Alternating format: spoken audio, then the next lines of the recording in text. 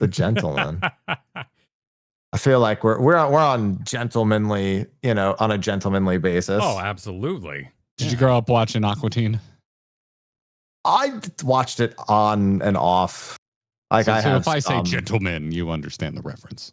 Yes, okay. I do. It also makes me think of Psy, the guy who did the Gangnam Style, because he did a song called Gentleman.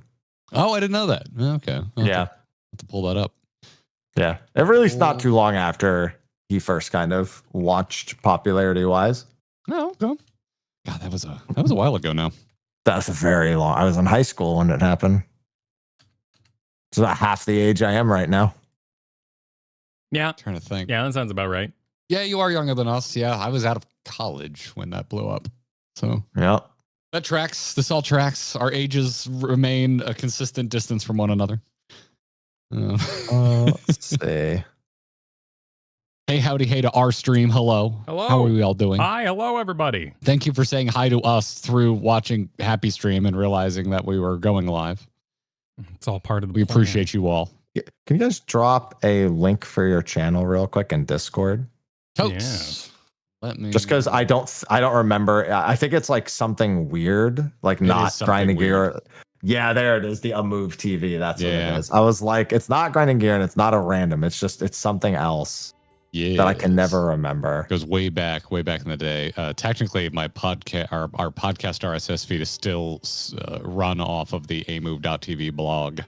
So, yeah. Yeah. Oh, yeah. Going way back. Fair. Way back. Hey, no one want to redo an RSS feed. That stuff is not fun. No. And then the Twitch channel also. Yeah, let's do that. That should be grinding gear now. Underscore. Yes, that is grinding gear. Grinding underscore. I just wanted to put them both in the command that I have. Yeah. And twitch.tv/grinding gear. Grinding underscore gear. Grinding underscore gear. Types out underscore. God. Someone who I don't think is active as grinding gear. But that son of a. They wouldn't give us the name. They never do. No, they say you can appeal and ask, and I've never known anyone that actually got it. Yeah, you can always ask, and you'll always be told no. You're always welcome. Or ghosted. You just may not get replied to, which is very common. I wouldn't be surprised, honestly. Yeah, if PoE just took it to make sure that nobody has something like it. Because they're grinding gear games. Like every time I say I'm talking with the grinding gear guys, like, oh, you're doing a PoE thing, and I'm like, no. Yeah, I have never played one of those, and when I suggested it as a name, I didn't know they existed.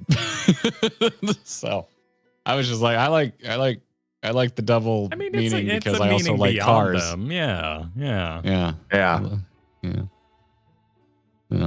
Now folks in our chat are spelling out underscore. That that's cute. I don't think it'll get you to the right Twitch channel though. Underscore is kind of a good name too. Just FYI, underscore spelt out. Yeah, that's actually a pretty good name for a show. That is just a good underscore. Name. There's gotta be underscore. Yeah, there's gotta be a podcast called Underscore, right? You'd think. Underscore is a podcast by the Chicago Graphic Design Club. Apple Podcasts, 10 reviews. Sick. Okay. Well, let's not step on their toes. Yeah, we don't last episode posted a day ago, so they are active. Shout out to them. Okay. At least they're active. And wouldn't you know it, their album cover has phenomenal graphic design. Oh, yeah. I can have my sub alert going off. I got to turn that off. Oh, it's because I was gifting a sub to you guys. Oh, thank you. Makes sense. Oh, that's so cute. Thanks. Thank you, Haps. I didn't do it. Oh, okay. I said someone did it. It wasn't me. Not that I wouldn't, but I'm not going to take the credit for it. I don't want to take anyone else's credit. Oh, shit. Good to see you, Vivian. I'm too busy being chased by an army of monkeys. I can see that. Yeah. Wait, what? Where are you? I'm in North Shroud. Oh, okay. Looked like you were in the city for a hot moment, and I didn't think monkeys attacked in the city. Oh, it does look like you're in the city. Yeah, no, that's just North Shroud. Been a hot moment since I've been there at all. maybe ever. We haven't Palace of the Dead in quite a bit, but this does look like the city you go to enter the Palace of the Dead. Oh yeah, this is Hearst Mill. That's a quarry mill. Okay. Oh, I'm so dead. There we go. You are not murdered. I mean, you know, like yeah, it's a lot of monkeys to be fair. It's pretty action packed, actually. You know, it's a lot of monkeys. Oh my word! Oh, full screening. How do I? All right, let me turn off my alert so that doesn't go off and distract me in the middle of all this. I'm being distracted by our own. You're just throwing the mobile in the corner. Is it me? Joy, you want me to play mobile the whole time? You know, I mean, if you were like, you know, I just wanted to make sure we joined you on the adventure here. If you were, it wouldn't be the first time I've done a podcast and someone's like, we had a guy on who was Bo Shorts was grinding to get on the Lilith statue in Diablo 4. And he made it too. And he made it. He did make it. He was one of the top, 1,000 to complete the game at max level within a week. His name is on the Lilith statue. But because of that, he was still grinding when we had him on the show at day 5. Grinding gear? Yeah. He was grinding gear. Yes. Yes. See, that's why he just. I gotta say, I'm always surprised by how many people join us that are MMO savvy that don't get the joke until they join us. They're like, "Oh, it's not an S." Oh, like, no. you're grinding. No, there's no well, you know S. What? Yeah, well, the big thing is it's tainted by Family Guy. Yeah, that I don't mind. That's totally fine. That's yeah, totally that's why fine. they don't. It's not even that. I don't even feel like it's not they don't get it. It's that they don't even think about it. Like they're just like, you know what really grinds my gears? Yeah. Yeah, we originally chose because we were like, I don't know, we'll probably make videos about 14 and WoW, and then we found out that you can't do both on the same channel. So no, you can never do that. Yeah, there we go. Just changing out of. I agree. Big Subway Surfer energy. I agree. Yeah, we need to tell our stories a bit more flatly, but I think this would work. I think this would be an instant short classics. What are you talking about? The MrHappy footage playing mobile in the background, and then we put our faces over it.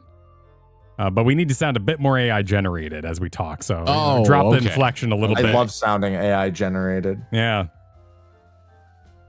That's yeah. I actually struggle with that because my brain goes to text to speech because that's the AI voice I grew up with, and now we have shit that's which isn't an AI voice necessarily as it is just. I mean, it is and it isn't. There's you know. It's an artificial voice. Whether there's intelligence behind it is debatable. We would just make it say Kyle's the man and balls and stuff. It was great. Oh yeah, we had like a Kyle's the man and balls. What a diverse palette of language. Yeah. No, it was all in one Word doc. So it would say Kyle is the man, balls. Kyle is the man, balls. Yeah, and then you paste it 100 times and then you'd laugh your ass off. Like that was peak comedy. Yeah. We had like a 3,000 word document that was just penis, just copy and paste it over. Oh, okay. Keep in mind, I wasn't going to leave this as the full screen when we started. It's only like that wall. No, I got the live letter image there as if I scroll through it as we talk about it. But, you know, for the moment, it's actually quite entertaining. And it's kind of cool to see the gameplay. You're using a mouse? Yeah, I'm playing it on my emulator. Oh, okay. Oh, I didn't know mouse would work with that. That's interesting. Well, you just rebind everything. So like I've got like control is dodge, roll, and sprint, and right click is auto attack, and space is like I just rebound it all. Yeah. I was about to say, I mean, I bet at the simplest you could just simulate touchscreen commands, but also most games on phones these days work with phone controllers like the Backbone and other type of stuff. So they usually this doesn't have that built in yet. I think they said 2.2 they were adding it. Okay, gotcha. So wait, but you're still able to assign key bindings? Well, because the emulator has key binds that you just lay it. It's more like an overlay. It's not built into the game. So it's like assigning screen regions to key presses. Yeah, exactly. Oh, that's super. That's a cute way to do it. Just making it play like it's a PC client, effectively. This looks just like I haven't really paid much attention to the mobile version, except when there's like so much hubbub drama that it's hard to avoid. This just looks like the damn game. Yeah, this looks like a game. It's pretty close, minus a lot of the more obvious UI elements. Yeah, very, very mobile UI elements. And I got ether currents and a Realm Reborn zones as well. That's definitely noticeable. Oh, well. Why do you have a party popper? Why is that so important? Party popper? What are you talking about? Yeah, top right. right. Oh, that's this. Yeah, these are like quest objectives. That is a handsome UI. Wow, my God. Yeah, well, because it eats the entire screen, you can't like multitask. Like you have to leave whatever menu. You have to go into these menus. Like I got 10 dyes there, and then I got 10,000 gil, and then here's 800 bicolor gemstones. Like I'm just turning in all the objectives that I've done already. Yeah, got all the goodies coming in. Oh God, that looks battle passy. What is that? There is a battle pass. That makes sense. This isn't it, but there is a battle pass. Oh, okay. Is this just achievements? What am I looking at? Yeah, this is effectively, these are just like effectively, it just like gives you objectives to complete as you play as well. So like this one's timed. These are events right here. So like this is, do whatever this is to, I can't read it. It says I need to be over level 15, but, and I'm not at level 14. If I was doing this, I would have my phone on a stand running Google Lens pointed at the screen 24/7 so I could attempt to make heads or tails. I think what I just clicked on was supposed to be a recruiter friend. Now I have to back out of it somehow. Oh, okay. Just send it our way. It'll be all right. It'll work out. Yeah, I'm sure it will. Where's the exclamation mark for this? Oh, that's over QQ. Excuse me, what was that one? What was one what? The sexy Moogles? There were sexy Moogles? Yeah, for a hot second. I mean, your definition of sexy. Then again, you might just naturally find Moogles sexier than I do. So, yeah, Kyle, you got something you want to talk to us about? Yeah, what fan? Whatever I just clicked is taking a billion years to load. So, hello? Can we go back? Back. Oh, there we go. I can. It's almost like you're trying to connect to. Oh, I see what you mean. Sexy Moogles. I get it. Oh, yeah. This is just to buy the Moogle outfit for 6 yuan.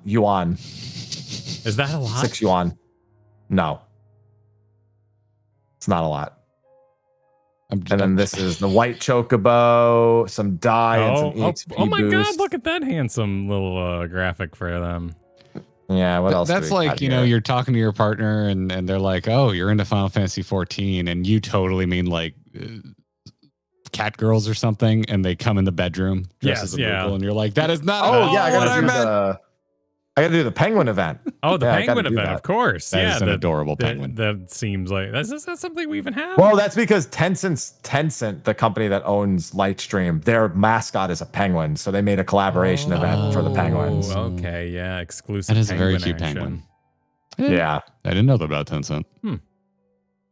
Yeah, I didn't either until that. Okay, so I guess I can enter via. Oh, maybe these are these are WeChat stickers, but there is an actual event.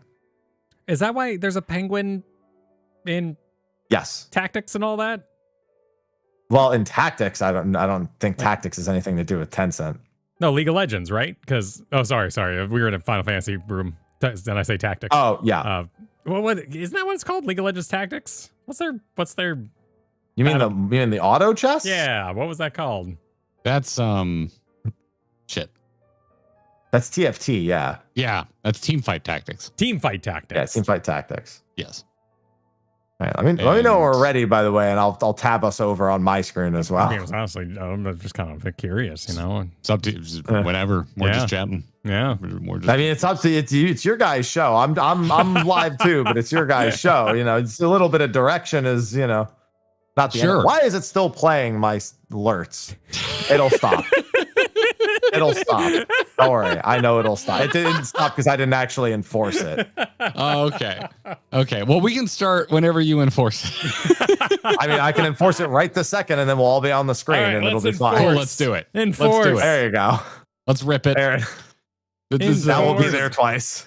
It's a bit of a special week anyway. We don't usually. We've already done like our podcast for the week, but this is just kind of like this just came about because Kyle and I were like, I kind of just want to talk to Happy about it. Maybe we'll release it as a podcast, or maybe it's just a stream. Okay. Yeah. So I like being here, so that works. This has less content planning or content strategy behind it than our normal invites to you. But we just were like, it was an interesting live letter. Folks are talking about it still, and we're just like, I just kind of want to shoot the shit with Happy about it. Hey, I'm always down to say yes to that. Now I don't feel so bad for playing at the same time. That's There all you good, go. man. Yeah. Yeah. Normally we're just screwing around in 14 right now. So True. It's all Gucci. To catch you up to speed on our screwing around, we are in phase 2 of M8S and doing I okay. see the tweets. Yeah, we're almost getting there. We saw Soft and Rage last week. Yeah. So our team seems confident we'll clear it this Thursday. So, I'm pretty confident too. oh, thank you, Thank Happy. you. Why is that funny? I said a nice thing. No, it was beautiful. It was That's why it it's was funny. beautiful. People are mean to us on the No, internet. Yeah, that's all it is. That's trauma. I your know fault. about that fight. I'm educated. Yes. No. Yeah. We circle with the thing, the millennial decay, and Let me tell you. True story. Everyone I'm who educated talks to now. me about that fight, they shorthand a lot of the mechanics, like Lone Wolf's Lament, and I'm like, they'll be like, "Oh yeah, I'm on LWL," and I'm like, "I don't know what the fuck that is, dude." I have no clue. No. I've never. For once, I just didn't like. Oh, he's doing the mechanic, and then I know when it There's happens. I didn't. So much to remember that other than Revo and Millennial, I don't know anything by its name. I just know it by it's time for me to go here. Like that. I know it by location and only Right. my location as MT. Like no one else's location. I can't help you. Was it strange to you that it was just shapes that chased you in that fight? Not really. No. Is Shapes? Shapes a common enemy in deep savage content? Like a square will Oh, are you show up talking and about just during start. ad phase? Yeah. When you Well, got the wolf heads. I mean, they're the wolf. The enemies are the wolf heads. Yes. The shapes Yeah. are the added wrinkle to make it difficult enough to be considered a savage foe. Yeah, but he's just saying like, why weren't they more creative than just literally a cube and why a pyramid? They cubes, yeah. I guess Okay. Yeah. just for Yeah, no, clarity. they've done that. They've done that plenty before. In fact, that mechanic is based off of an old fight where you literally are just fighting shapes. Like the original ad phase that looks like that is all the way back from Final Coil.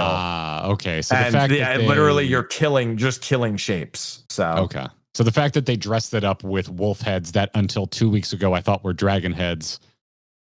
And yes, I understand how silly that is, given the theme of the fight. I still call them dragon heads, even though I know they're wolf heads, because they've been dragon heads every other time. Thank you. I we've got seen so them. much crap for that. I got so much crap for that. Hraesvalgr, he had those heads and they flew around. It's what he does. Yeah, They do them in a lot. Gilgamesh was, I think, the first place we saw the dragon heads used. Oh my God, I haven't thought about Gilgamesh in a hot second. I think about him all the time, There was that one Moogle Tombstone event where I wanted something and the fastest way to do it was just grind Gilgamesh over and over again. Hey, I remember that one. The battle at the big bridge. I don't even remember what I was going for at this point. While we're investigating that visual clarity, the cube and the circle would be great for visual clarity, but then they're orange, and the circle in the middle of the room is orange, and he's got a green mist around him. So when You're saying a lot of words that mean nothing to me as someone who's colorblind. You understand that, right? I see. Listen, Wait, as so someone how- who can see colors, that also kind of means nothing to me because it all blends together because a lot of it uses the same colors as other things that are going on. I guess technically I'm at an advantage then because none of that means anything to me. Oh, okay then. Damn. I will say, Kyle, the difference in the colors helps me because as you know, because I got you killed a few times, as a tank, I'm supposed to turn the head toward the opposite color, which is really the only way I can identify it besides shape. Because Oh, right. Yeah. So if maybe there were no focusing on shape colors, would be a the better wolf idea. heads look the same. So I'm just looking for color. So Well, there we are. colorblind That people works. are better people, says Matt. Okay, Well, they have an we got a advantage little- here. You were looking for circles and That's- squares. Take a sense away and we come up with new ones. There it is. You're basically Daredevil. Yes, I am Charlie Cox. You're basically, I think, the main character in Expedition 33. I haven't played it yet. I will say nothing. I think I he's- know you I played it. tell though. you, and I would advise chat to say nothing as well. Did you I- enjoy I- it? Yeah, did you have a good I time? loved it. It will Oh, be my game of the year without a shadow of a doubt. Damn. Oh, damn. Wow. There will be nothing that exceeds it. Our goal is to schedule a full playthrough that completes before this year's Game Awards.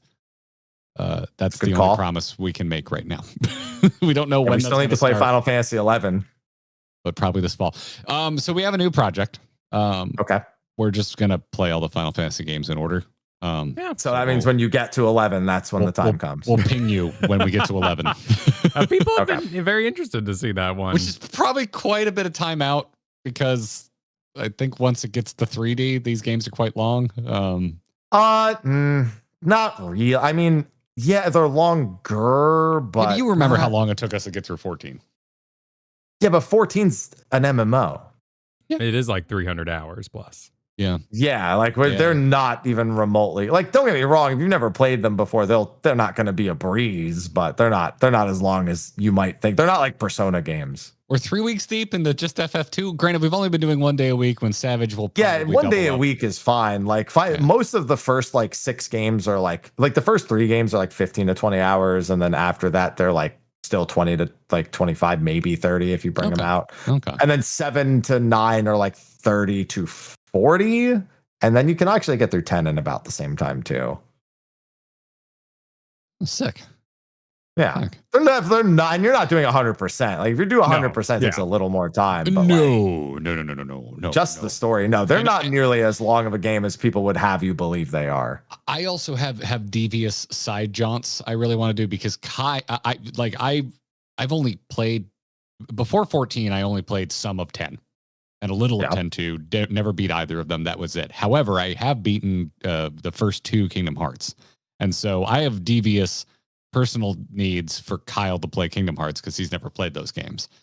So I was actually going to play Kingdom Hearts today, funnily enough. I was going to do crowd control Kingdom Hearts 2. What is crowd control Kingdom Hearts 2? It's where you hook it into Twitch and people pay money to fuck with your game. Oh, like you can they can remove all of your magic or set you to 1 health or like spawn enemies or like make things bigger or smaller. It's kind of like playing Pokemon with a randomizer. It's more like Pokemon. If somebody, like, let's say you were in the middle of walking down, a route and somebody triggered, instantly put them into battle, or oh damn, or automatically release your first Pokemon on your list or something like that. That actually sounds really, that's chaotic. It's like chat is a giant game master is how I would describe it. That seems sick. We should try something like that. I wonder. Yeah, Konagami in my chat has spent every game I play. If there's a kill me option, he just spams it. Is there one of those for FF1? That'd be really fun to do with our chat. I don't think with that. That'd be a good time. Maybe get to just let chat do everything, including picking our jobs at the beginning of the save. I guess so, right? Yeah. How much Sending us off with integration 4 is white there? mages. That's intense. Yeah. Yeah. That'd be fun. That sounds like a good time. I hadn't heard of that before. The beta fish. Kyle needs to see Kingdom Hearts. I need to hear Kyle's Kingdom Hearts theories as you play through them, says Sethanol. I just hear that's insane. See, it is insane, but you're an insane person. So we would be entertained listening to you try and figure out what happens next. Oh, right. I guess maybe we'd have to use Twitch for it. It might not work over on YouTube because we don't have the API to get all that done. Well, we multi-stream. We just be like, hey, folks, if you want to screw with us, head on over to Twitch. You guys, screw us in the Twitch channel. Yeah. Just takes a little direct. Yeah, it's a time. It's when when chat has power over you, it's they use it. They use it. Yep, that they do. Yeah, there's a lot. There's like Lethal Company and like Schedule 1 and Dark Souls and Elden Ring and Minecraft and like a whole bunch of other crap. There's a lot of them. There's Mario Party. Mario Party would just make me angry. Mario Party already makes me angry. Having chat able to screw with me in Mario Party would probably be the biggest crash out I will ever experience if we gave chat control over Mario Party. Every game I play with them, it's the biggest crash out I've ever experienced. Just ratchets up every single time. Mm-hmm. It's like me funny enough, I think the angers have been the Savage tier is Dancing Green. I just don't like that fight, but the rest of this tier I think is the best fights I've ever experienced in this game. Now granted, I haven't done a lot of it's just I think it's a worse Susano Extreme. Oh, right. I forgot. But because of the way I'm capturing it, I'm going to have audio delay and you guys aren't on my stream. That's funny. Because I'm capturing it through Discord. So it's going to have the video delay that Discord has. Oh, interesting. Yeah. That makes sense. Yeah. You seem good on our end. Oh, yeah. I'll be good on your end because okay. You know what would actually, it's because they're hearing my microphone before Discord picks it up. You're hearing it from Discord. Yeah. Okay. You would have. That's fine. It doesn't matter. It's. I don't care. I'm just here to chat with you guys. I don't care. You'd have to run your cam directly through OBS and then share your virtual cam with us. Yes, exactly. And I'm not. And I don't care enough to do that. Quite frankly, I just don't give a shit. Okay. Well, cool. In terms of giving a shit, how's the mobile treating you? FF14 mobile. It's really fine. I'm just going around getting objectives done. I'm trying not to do anything too major right now. I'm getting my class quest done so I can unlock Bard at level 10. And then I just got to slam through MSQ. Coeurl comes out next week, although I'm going on a mini vacation this weekend, so I won't be able to grind that out until after I get back. How long has it been out? What happened? How long has it been out? How fast is Coeurl? It's been in pre-release for a week now. About a little bit less than a week. Pre-release a week tomorrow in China, right? In China, yeah. Although it is in closed beta in Japan as well. Okay. So, okay. We might actually see some rollout in the next few months across everything. Don't be too surprised if we do. That'll be interesting. Because the Chinese version even just has English voice acting in it. The text isn't in English, but the English voice acting is all there. Have you noticed that the voice acting is just copy pasted from original Realm Reborn? Yes. It is absolutely. So you don't have the new voice actors in there redoing Realm Reborn lines. Yeah, no, it's. I thought they were going to do that because they had a new Minfilia voice, I think, for the trailer. But I don't know. I don't know what the plan is with that. But I mean, either way, it's not like I'm here for the story. It's a story I did 12 years ago at this point. That's been the number one question besides what we're doing for 11, our number one question for playing all mainline Final Fantasies in order is like, what are you going to do when you finish 13? I'm like, I don't know. We never stream Realm Reborn. Maybe we'll just do a for fun run through Realm Reborn. Not a bad idea. Yeah, we could. And we also didn't stream the majority of Heaven's Ward. I think we started videos in Sea of Clouds was when the first MSQ stream we ever did was Nidhogg. So that would have been 0.3, the 0.3 patch. Yeah.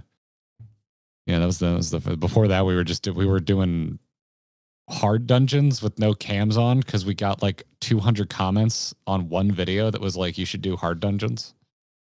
And yeah that's how this all started. Hey, can't complain about that. The people want the content. They'll tell you about it.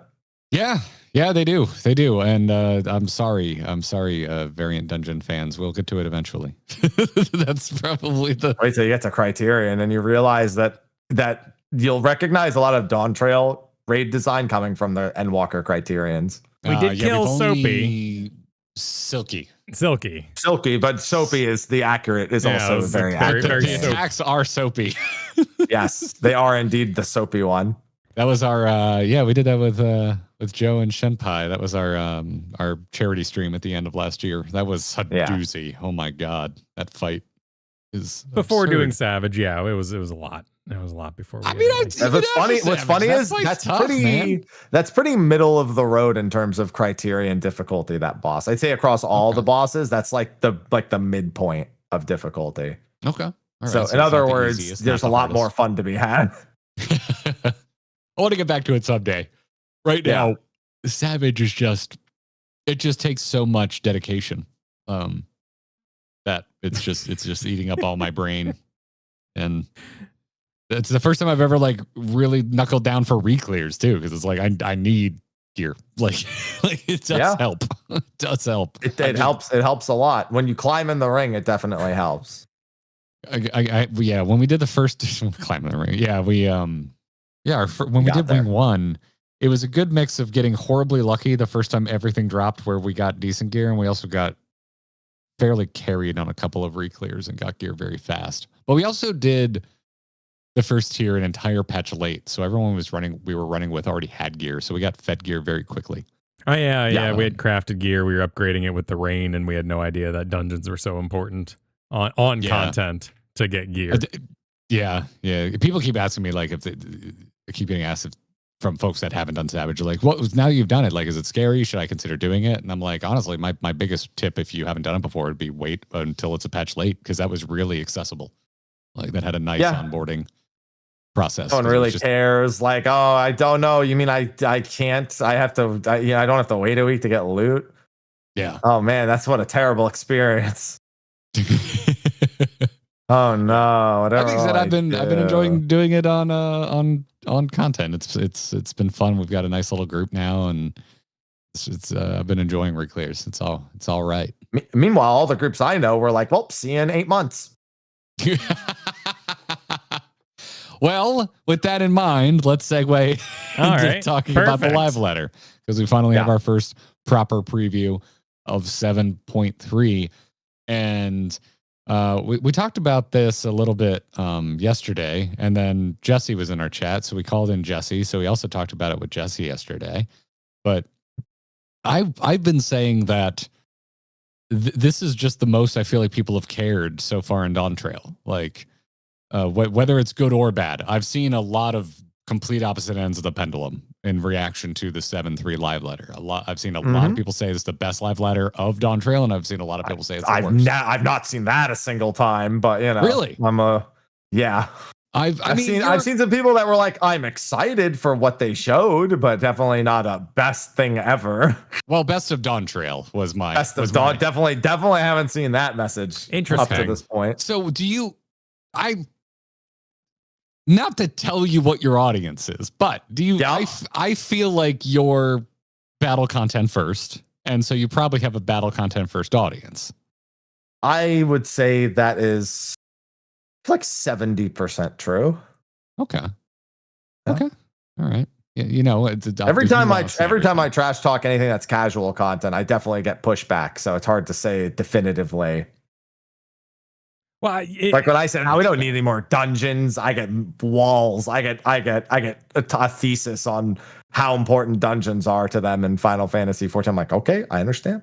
So there's a range, but in our circle, no ultimate announcement was just kind of like, okay, like there's very little reaction to that particular piece of news. I've seen angry reactions to it, but not directly like in our community. That's more like I've seen it on social media. I've seen it on the subreddit. What's funny is I've been saying for months now that we were probably not getting an ultimate this patch. I've been predicting it. What gave you that idea? So back in Shadowbringers, there was overwhelming feedback from Ultimate Raiders. They said, okay, if we can only have 2 ultimates in an expansion, do them in the 0.1 and 0.5 patches to better bridge the gap to the expansion. And they wanted to do that in Shadowbringers, but because the world shut down, they just couldn't do it. I think they want to try that again, because that was overwhelmingly the voice of Ultimate Raiders at that time.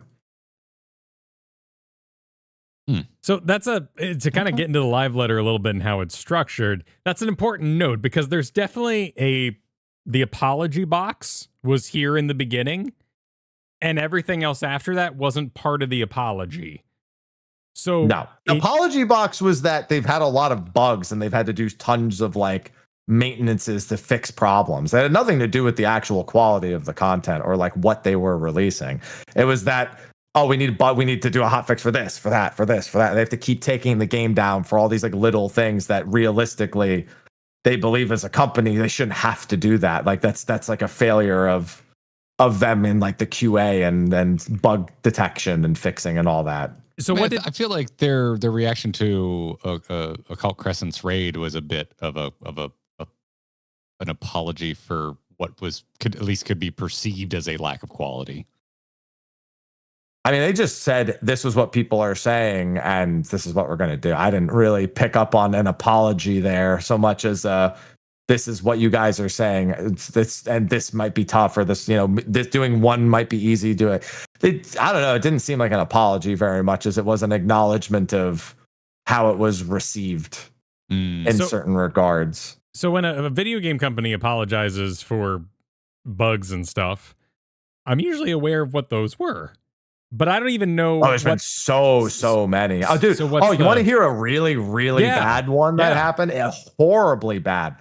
So I think this was the one they fixed on Monday, yesterday. Oh. So have you done Occult Crescent at all? Yes. So there's a boss that's a Mudman lookalike that has an attack called Royal Flush. It's supposed to have an attack called Royal Flush and an attack called Bog Bequest. Because that's how that monster works. And everywhere else in the game, Bog Bequest is, go towards the boss, and Royal Flush is get away from the boss. Simple, point blank donut AoE, real vanilla stuff. And so we had that bug, which they fixed like last week in NA. In French and German, the final boss of Forked Tower had that bug where its in and out mechanic had the same name.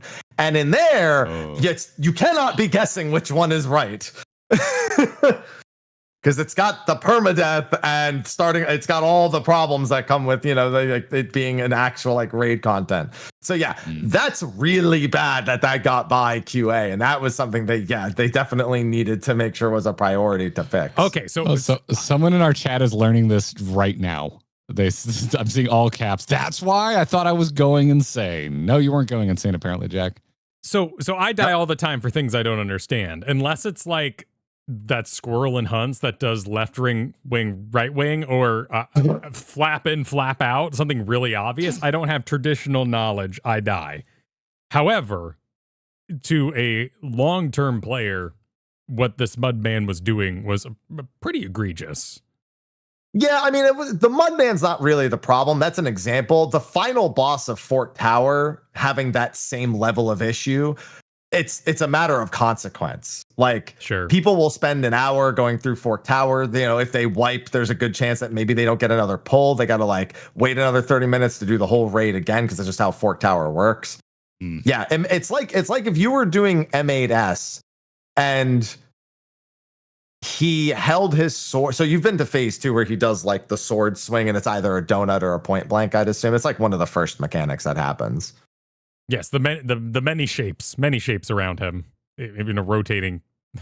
He's got like the ring around it. It'd be like if he did the same animation for both in and out every time there. Right. It'd be like the equivalent of it being a 50-50 gamble every time because it was bugged. And because of the amount of investment it took to get in there in the first place, to participate in that, and to finally get there with a group that's now functioning, maybe even meeting up on Discord executed. It's a pretty huge blow. That's fascinating because my brain immediately thinks of like the server wasn't off. So what was bad? It wasn't crashing and losing progress, but it sounds like that interaction. So when they apologized for kind of taking their foot off the gas, as they sort of described it, they got complacent, they got comfy. Is that a QA issue? It's basically the way that they were assuring that content is done and created, and it goes through the process to make sure it's the highest quality possible. But the amount of bugs is clearly not working anymore. It was not a matter of, Occult Crescent isn't good enough or anything like that, or like the content's not good enough. It's that our process is to make sure the content's at its highest quality. It'd be like if you go to a sushi place that's like 5-star Michelin, like crazy good, but then after they've been there for 5 years and now they can't like cut the fish correctly, because they've just been doing it. Their processes have failed in some way. Or you order one item and I guess you get another in this case because the menu's mistranslated. You order tuna and there's a 50% chance you're going to get salmon. Yeah, right. Everything's labeled tuna in this case. It'd be like if they had an automated system and you click salmon and you got tuna. Yeah, it's kind of it's like that. Well, gotcha. That's really the chief thing that they're addressing there, is that the quality of what they're putting out in terms of its fully like being in a fully released like quality state was not good enough, and hasn't been good enough with all these bugs. They're embarrassed every time they have to do like 4 or 5 hot fixes, bug fixes, mini patches to fix every single little thing that they can't just do without taking the game down. That's insane. I'm honestly a little shocked because I played Helldivers. I played all these games that go down all the time and I love them. And going down is often just a a needed thing. I didn't realize that you can say that again. Hold up. I got the thing for it. Thank you, Garrett. You may continue. But so you have to be in a certain, so it's so easy then to not be deeply ingrained in the game, to not know what that statement was, and to assume it has everything to do with like MSQ quality or something like that. Right. Yeah. It'd be like for example, looking at story updates, there's like plenty of times, it's basically every patch, there's a completely untranslated like bunch of character dialogue. That's just like, it's still in Japanese when we get it in it. Like it's happened every patch, or like characters have the wrong names or things like that. Or like in the chat boxes, they have the wrong, it's like that has happened so much in the past like 2 years. And they kind of mentioned like they're training up a lot of people. Is QA where you kind of feel like that training is happening, or is there another aspect of the game that's being expanded? I don't know. It's hard to say. I think they're just, as we saw, they're expanding their team as a whole. They like, hey, like we need to hire, like we've got these 4 roles open, we're hiring, please apply for a job, but also please speak fluently in Japanese and be able to work on location, you know. So there's that as well.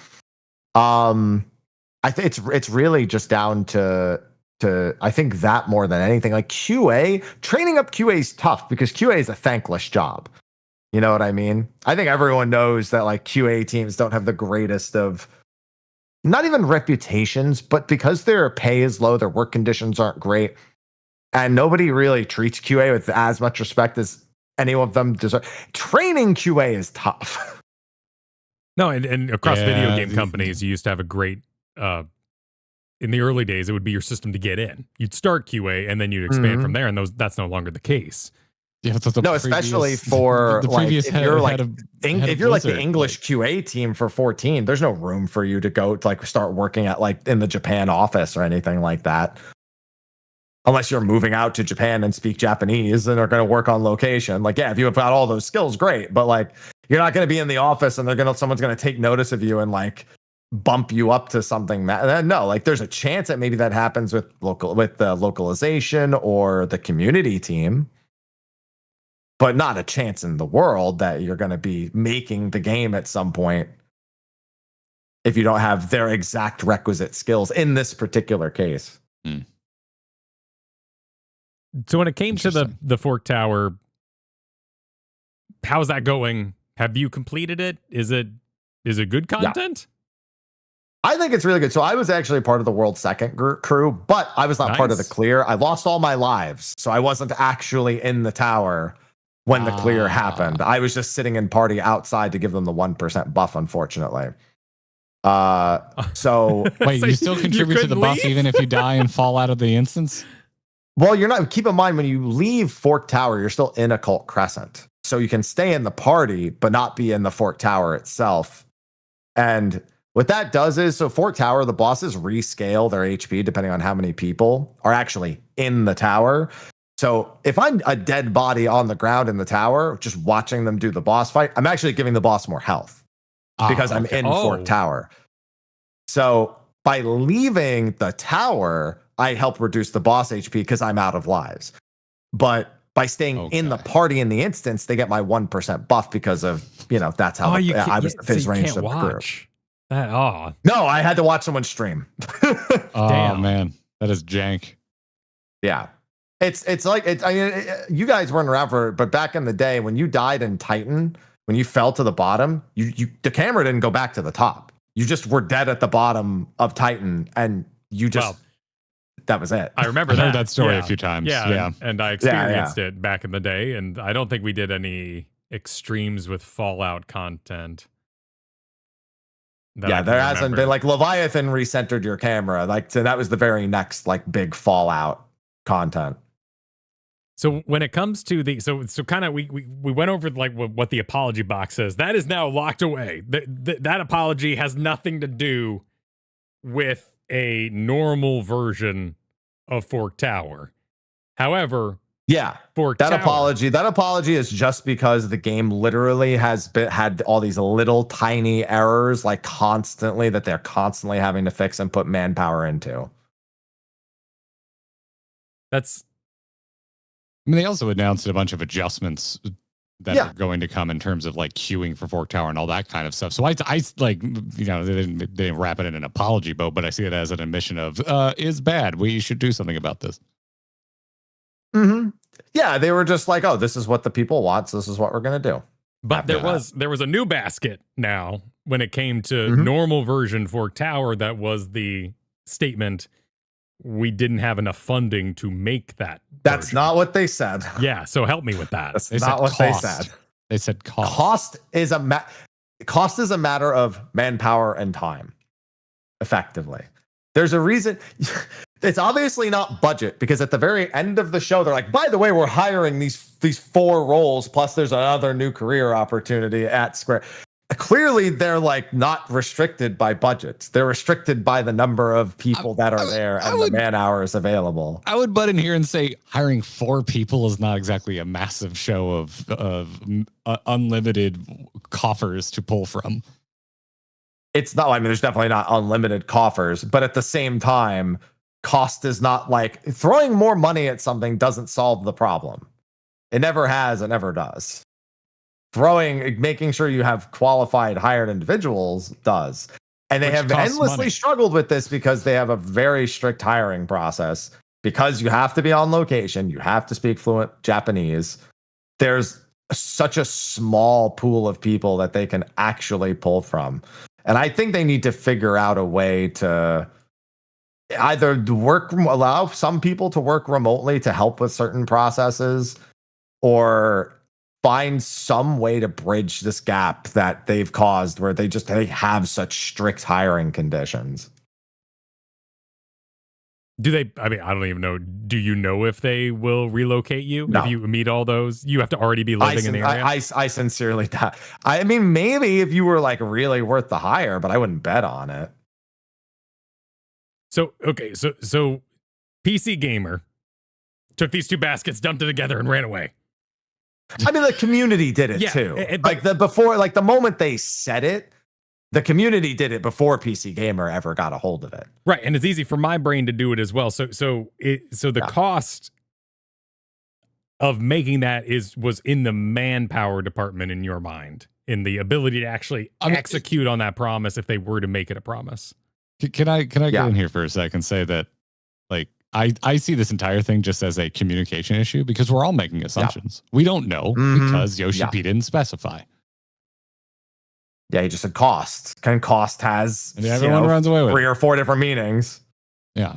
Yeah. And that's what like always happens with these kind of things. And when it's not an actual interview with someone who is not an already under the employment of Square Enix entity asking questions, and even then they can dodge a question, they can not answer the question, they can politely answer it in a way that doesn't give enough information. None of this is there's a lot of perfect system. There's like gamer archaeology too I have to do here in my own understanding of like a bug that we just talked about, because you know, like it feels like maybe Final Fantasy XIV fell down and scraped its knee, and you don't want to be like, oh, legs got to come off. Like they don't want to hear that right now, nor do I want to be like, you know, when I fell as a kid. And that's like let's just say it, my Blizzard brain goes, wait, that's what you think is bugs?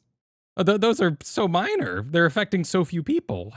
Why is this a big deal? Why was this worth an apology that could be misrepresented? I mean, the Fork Tower stuff specifically, that's a bigger can of worms in terms of affecting so few people, because I think it has affected so few people because of just all of the extraneous difficulties of Fork Tower in general. I think more people would like to get into Fork Tower. I bet everyone complaining about Fork Tower haven't even cleared it. They probably want to. Some people are mad just because it's so damn hard to get into, which is so badass. Like that's another element of this in my mind, is like when he's like only 400 clears, I'm like, that's so freaking cool. Like that's the MMO dream. It's like Star Wars Galaxy, you saw one Jedi and you played for 7 years. Like, oh my God, that's so awesome. I died and I completed Fork Tower in another world. Like it's so freaking cool that's like an exclusive kind of event. We were so late to finishing Endwalker. Like we barely played any of Endwalker as current players.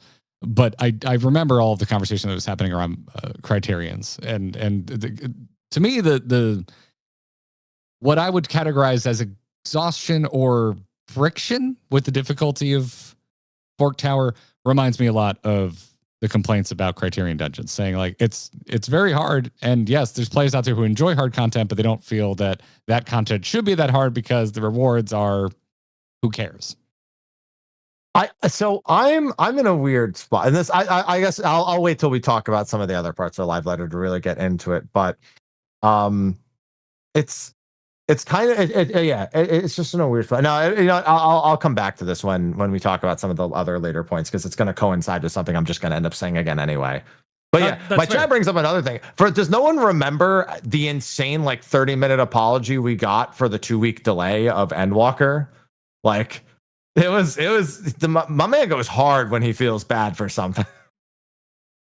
Sure. No, and our chat here is saying, like, Kyle, it's the culture. There's going to be a lot of apologies, and that's something I'm not used to, and it feels like something even our own news media with gaming right now is not understanding, and that's why I'm trying to put these two things in their buckets.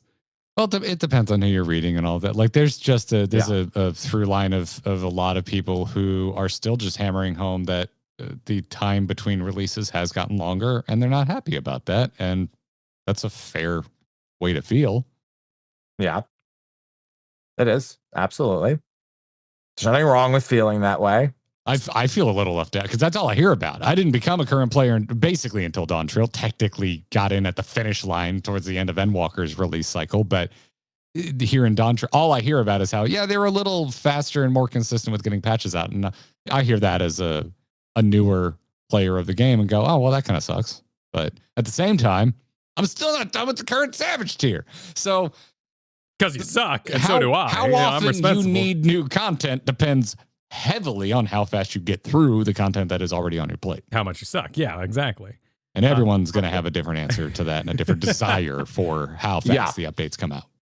So Boja, the Boja one, the one with the big guy, Diabolos, right? Wasn't he in there? The one with the big guy. Yeah. That would be that would be Dalriada. Yes. Thank you, Happy. There was a normal and there was a savage version. No, there was not. Dalriada had one difficulty. Delubrum, which came between Dalriada and Castrum Lacus Latore, that had both.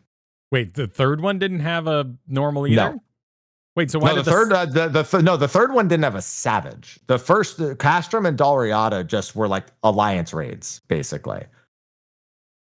So what I'm hearing, and then Delubrum was normal and savage, but the Delubrum also didn't have an exploration zone. It was just an instance. It wasn't like it wasn't an instance with a raid inside of it.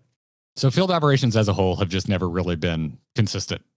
Oh no! I mean, Diadem has been reworked 3 times. The original field op was Diadem, when it was just a massive islands where you went around killing dinosaurs, and then they reworked it and gave it like a super boss at the end, and also allowed gatherers to coexist in the zone. And then they just made a gathering altogether because they realized it was a shit show and nobody cared about the battle portion of it. And then we got Eureka, which was like a giant Final Fantasy XI homage with a lot of onus on aggro types and all sorts of other things. And then we got Bozia, which was meant to be way more accessible and was made to be leveling content. And then we got it's never been consistent. Wait, I've never even heard about this. Was it Heavensward thing before Eureka? Diadem.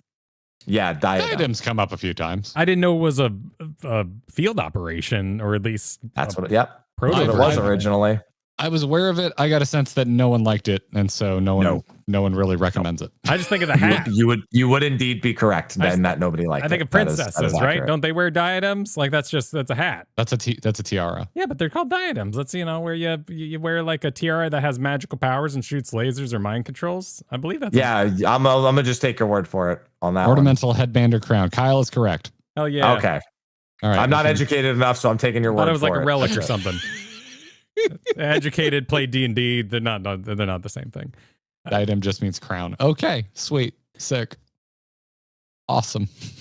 So here in Fork Tower, that would have been a cool thing to do, and they acknowledge that they've done this cool thing sporadically in the past, and that it doesn't seem like it was even assumed. Like when Fork Tower came out, no one was like, "Ah, shucks." Yeah, so what's weird is they've actually never done the thing that people are asking for specifically. Well, the thing people are asking for and the thing they actually want to do are two very different things. They've never done an in-instance field operation raid that is 2 difficulties. They've never done it. Delubrum was a separate instance that you queued into on its own. You didn't go into the field op and then go into Delubrum. You just had to go through the first field ops, like, casual raid, the alliance raid, to even get to Delubrum in the first place. So the fact that they want to do 2 difficulties for what is effectively an in-world, which means they need to develop a whole new system to allow that, to allow there to be a normal and a savage to coexist within the system in the first place. Because they've never done that before. Not that there aren't answers. I mean, plenty of people have put forth plenty of answers that would work, but they've still never done it. Are the rewards for Fork Tower good? I think they're strange. I think they might make more sense later on, but some of the Sanguinite costs don't make any sense. Like, there's literally no reason for the shark to be 99 Sanguinite when I get like 6 of them from the bronze chests every single time I go in there. If I can, that mount is worth like 100K, not even, it's worth like 5K now. And it's 99 Sanguinite. It doesn't make any sense. Like, that it feels like maybe they messed up the putting it in the chest outside in the first place versus making it Sanguinite only or only drop in Fork Tower, because it shouldn't even be worth 1 Sanguinite. And then it could be cheaper in the tower as the sort of exclusive piece of that environment. It'd be that doesn't make sense. The most valuable thing is the emote, the twirl emote, because while you can get it outside, it is so incredibly rare and basically nobody gets it. So like, I've sold a few of that emote for like 4 or 5 mil. I know that somebody I know has sold 100 million gil worth of just that emote from Fork Tower. That is the single most valuable thing that's in there. Is that person responsible for like the 200 of the 400 clears that apparently have only happened? My God. I don't know how they really judge those 400 clears, because I know plenty of people who have done multiple clears, which I guess in a theory makes sense. BA would have probably had even less clears, to be completely fair. When it first came out, BA was like almost no clears throughout the first month. It was like nobody had done it. So, and yet BA is one of the longest standing like traditional contents that you can get into that's considered quite accessible, as long as you're accepting that you will have to join a Discord. You twirl? You twirl? Yes, you twirl. Yes, you twirl. Okay, so when we think about like Criterion variant dungeon rewards and what we heard secondhand on those rewards not being good because they were sellable outside of doing the content, is that an ongoing issue? So that's not the problem. The problem with Criterion is that effectively the mount was the only reason to do it. There was no gear progression at all. And then even if you did the Savage version, you got a housing item or materia. Like, that was it for the first 2 criterions. For the third one, they gave it like an ultimate style weapon, which was, basically like another Biss weapon, given there was no ultimate in that patch. It was shining, and it added like a shine to the weapons that already existed. So it was kind of cool. But what people wanted was another method of obtaining gear that wasn't just the 8-man raid, something they could do with less people, that was still fun and engaging and difficult, but just wouldn't be as much of a hassle to coordinate. But there's no gear progression. There was barely any glam available, like I guess a framer kit as well, which I don't even think the framer kit was from Criterion. I think it was from Variant. So yeah, that's really what people meant, is that, doing 25 Criterion clears to potentially get a mount in case it doesn't drop, because that's like the pity mechanic. It's like an extreme trial where you get the totems, except you get 4 per clear instead of like 1 or 2 totems. Okay. So Fork Tower has, well, I guess the vendor outside has gear, but it's not great gear. Does the Fork Tower have its own gear? The Fork Tower does upgrade all the way. You need the Fork Tower to upgrade the Occult Crescent exclusive gear to +2. And that is immensely useful in terms of speed. So the way that the special attribute works is that any action that says scales with item level, any occult action that says scales with item level, scales off the special attribute as well. Because there is no like item levels capped. So that's what it means. It should really say scales off special attribute is what it should really say to make it more clear, instead of item level. And so by getting +1 gear, you go from 1 special attribute to 2, and then by going to +2 gear, you go from 2 to 3. So, and all together, you go from 5% bonus damage to 15% bonus damage. Plus, you get a bunch of main stat, which is going to increase all of your other damage. Like you go from, like, if having no special attribute gear to having full +2 is a difference of, I think it's 600 main stat. It's like having an extra body piece equipped.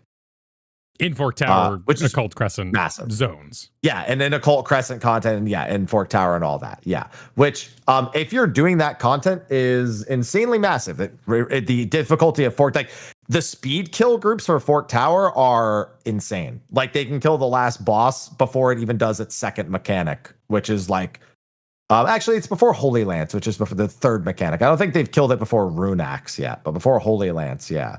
But you have to go into Fork Tower to get these upgrades to be able to kill it that fast. And Fork Towers, yes, kind of which is why the community has also come up. Yeah, which is why the community's come up with fragment run groups, which are very casual friendly.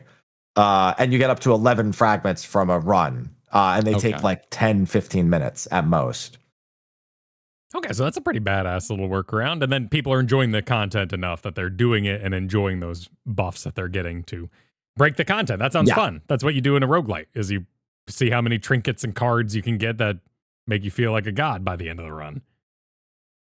Yeah, and it lowers the difficulty over time. Something that BA definitely benefited from was this exact thing. Whereas Bozia, you got haste. It just made all your actions faster, so it didn't really ease the difficulty of it in any noticeable capacity.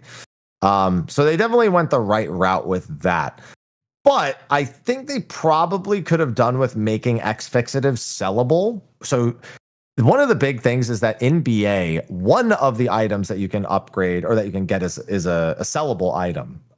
It's a separate item. You don't need it technically if you're someone who's doing BA. You have no use for it, but it's something you can give or sell to other players coming in who can now access that power immediately, which means if they were like a level 1, if you're level 1 going into Eureka, you should absolutely have a Kieran's Osode or a Vermilion Cloak, because the amount that it eases your experience is very, very high. This wouldn't ease it nearly as much, but it probably would have been a good idea to have something similar to that, where there's a separate armor set that isn't just the upgraded armor set that you earn as you earn the items from doing it in Fork Tower that can then be sold outside Fork Tower. That's still a reason why people run BA to this day, because they're basically guarantee you're going to pull in like 400 or 500K if they just sell the items that are guaranteed to drop even. I remember wearing a certain outfit heading into Eureka. Was that a gold buy, or did that come from tomes or something like that?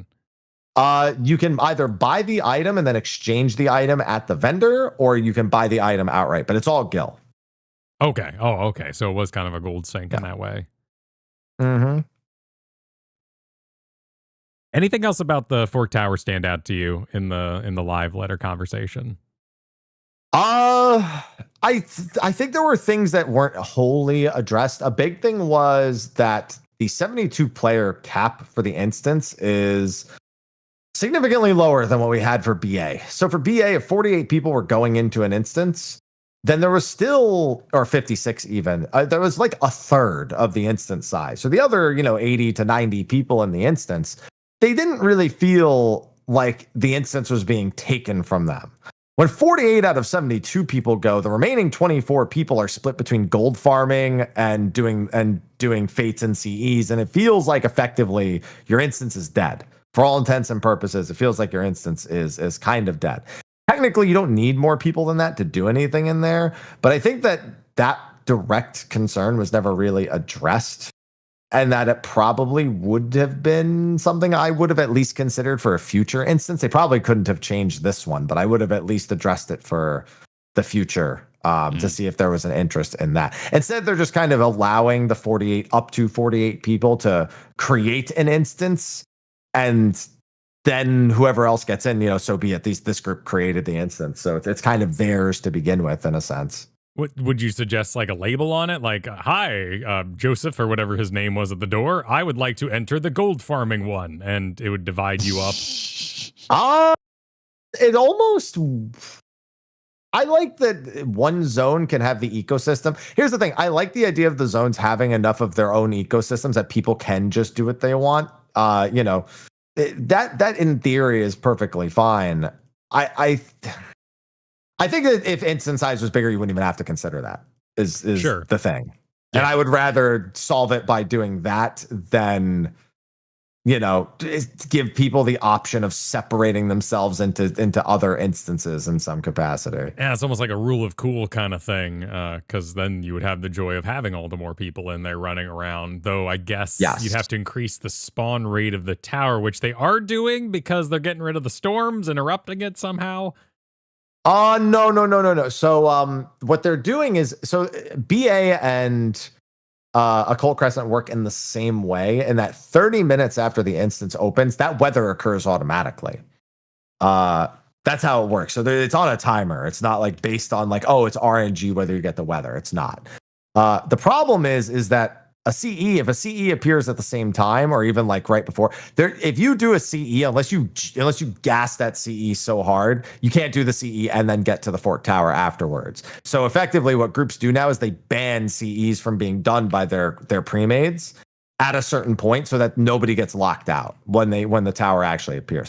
What they're doing is that if a CE is currently on the map, whether it's been started or not, then the weather won't change until that CE completes, which helps with quite a few things. It helps with the amount of silvers that people can farm in instance before doing Fort Tower, which helps them get ciphers. It pretty much guarantees an easy cipher for entry item every single time they go in.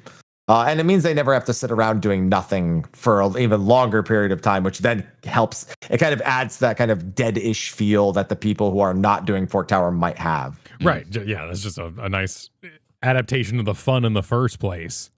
Yeah. Mm-hmm. Yeah. So it's just making it so the two things can never overlap. But it actually means that it may take longer for it to spawn, like 35 minutes instead.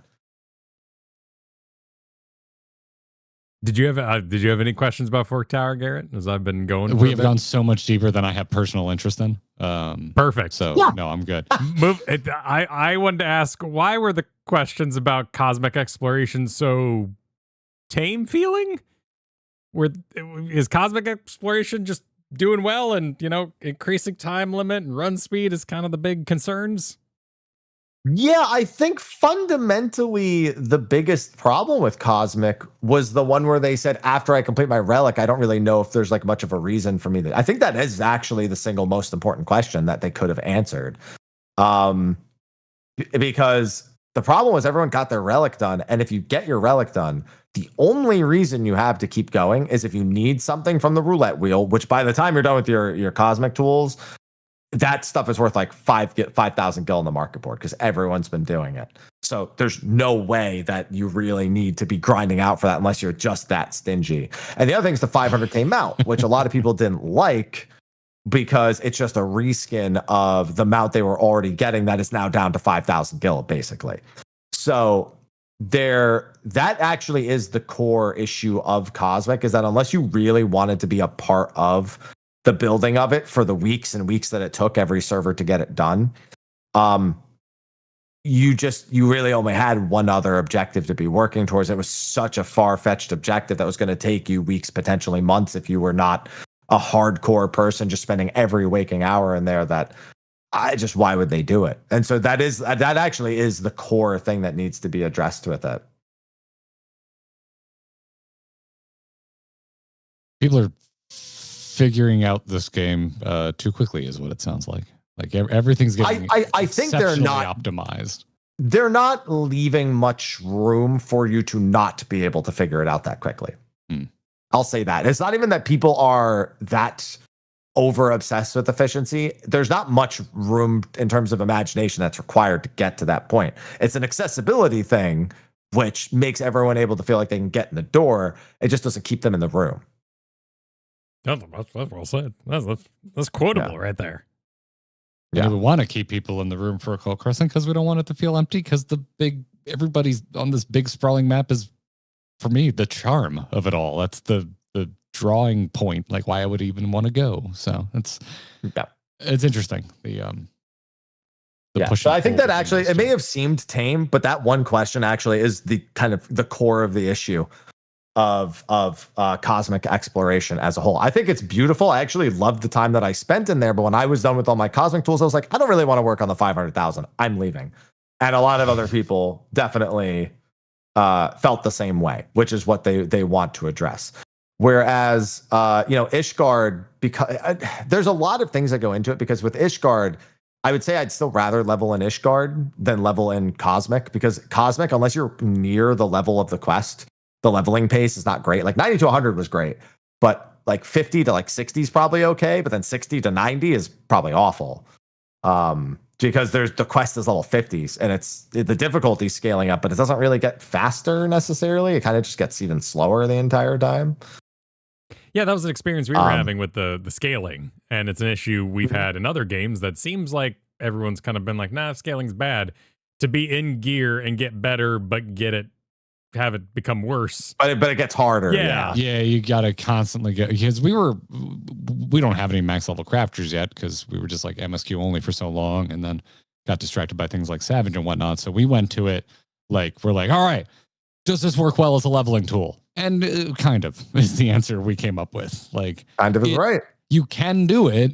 It's not painless. There's a lot of like upsetting of your gameplay loop, because you do level fairly efficiently, but that means you're constantly having to break your gameplay loop, go back to town, check all of your gear. Also, and just the way that, like, I know it's like an old thing going, just like the gear that they sell you from just the vendors.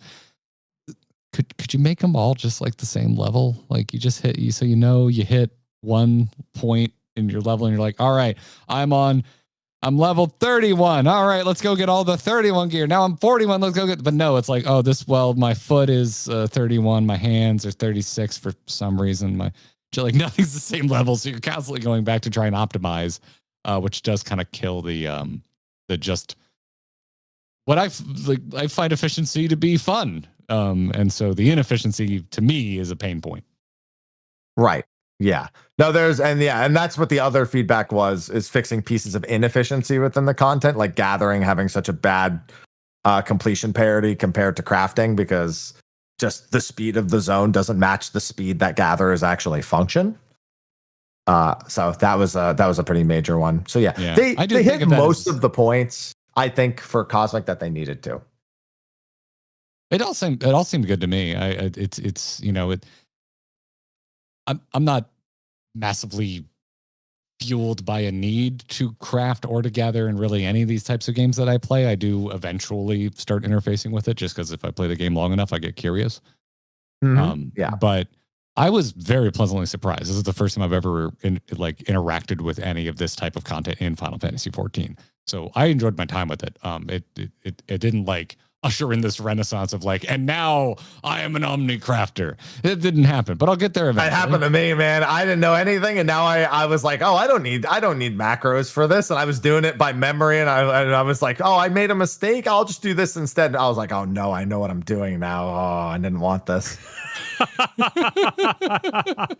was me in Savage rating, man. I was like, I will never run a group again. And now I'm just like, hey, who's available at Thursday at 3 p.m. Eastern time so we can re-clear, so that Thursday night we're good to go for M8S. And also I still need to get gear. Who else needs gear? I don't need anything out of M7S, but I'll totally help you get yours, because I feel guilty because I won Twine 2 weeks in a row. Let's go. I'm there. I'm like, sometimes you have an awakening is what I'm saying. Final Fantasy XIV is responsible for awakenings. Many, many awakenings. Yeah, that's kind of a core plot point. Speaking of plot, was there anything in the images that struck you for the MSQ, or is that all? Oh, I thought you were going to say, is there one for Occult Crescent? Because that's my question. Well, there is. We're getting there. I have an idea of who the final boss of Occult Crescent is. I'm pretty sure I know who. Oh, it yeah? is. It feels like lore, not story to me so far. The cute guy, I like villains, and he's cute. He's a cute little guy. I do like our little Tonberry friend. Yeah, I'm pretty sure I know who the final boss is, just based on the fact that it's based on Final Fantasy V would have been enough for me to inform it, but B, also just what the Amdapori, the War of the Magi has enough history in certain things where there's a figurehead in Final Fantasy V from one of the versions that easily just kind of slots right in. Okay. All right. That isn't XDeath. Yes, Fiend got book was one of the only things I really noticed. Was they're going back to living memory. Also, the Meso Terminal is in living memory, and they're turning living memory back on for the quest. It looks like as well. Seems like it. Yeah, it really seems like it. One of the interior shots of I think it was the dungeon also like had the same color scheme as the Sphene statue at the end of Based on Trail. Yeah, I mean that gold and purple, I think. Honestly, it was funny color because scheme. Their MSQ pictures outside of Buff Aaronville were kind of like, oh, well, I guess I don't get to know anything. And then they showed the dungeon. Oh, well, I guess I know quite a bit then. Moving on. I don't think he's buffer, but I am with you, Kyle. There's something about that screenshot that does just make they know what they're doing. They know. That's it. That's all you really need to say. They know. Yeah, they know. They know their audience. They know what they're doing. They know what the people want. So I have never, and this was like apparently a big surprise. Never have I ever. Where's I need a drink if we're playing Never Have I Ever. I have never seen these red items before in game from the deep dungeon. This is such a personal concern. Is a red item from a deep dungeon. Like some sort of super level up deep dungeon red item. Like this is an old screenshot, apparently. We've been informed these are weapons from Palace of the Dead. Oh, yeah. Those are the Palace of the Dead weapons for 451 and up.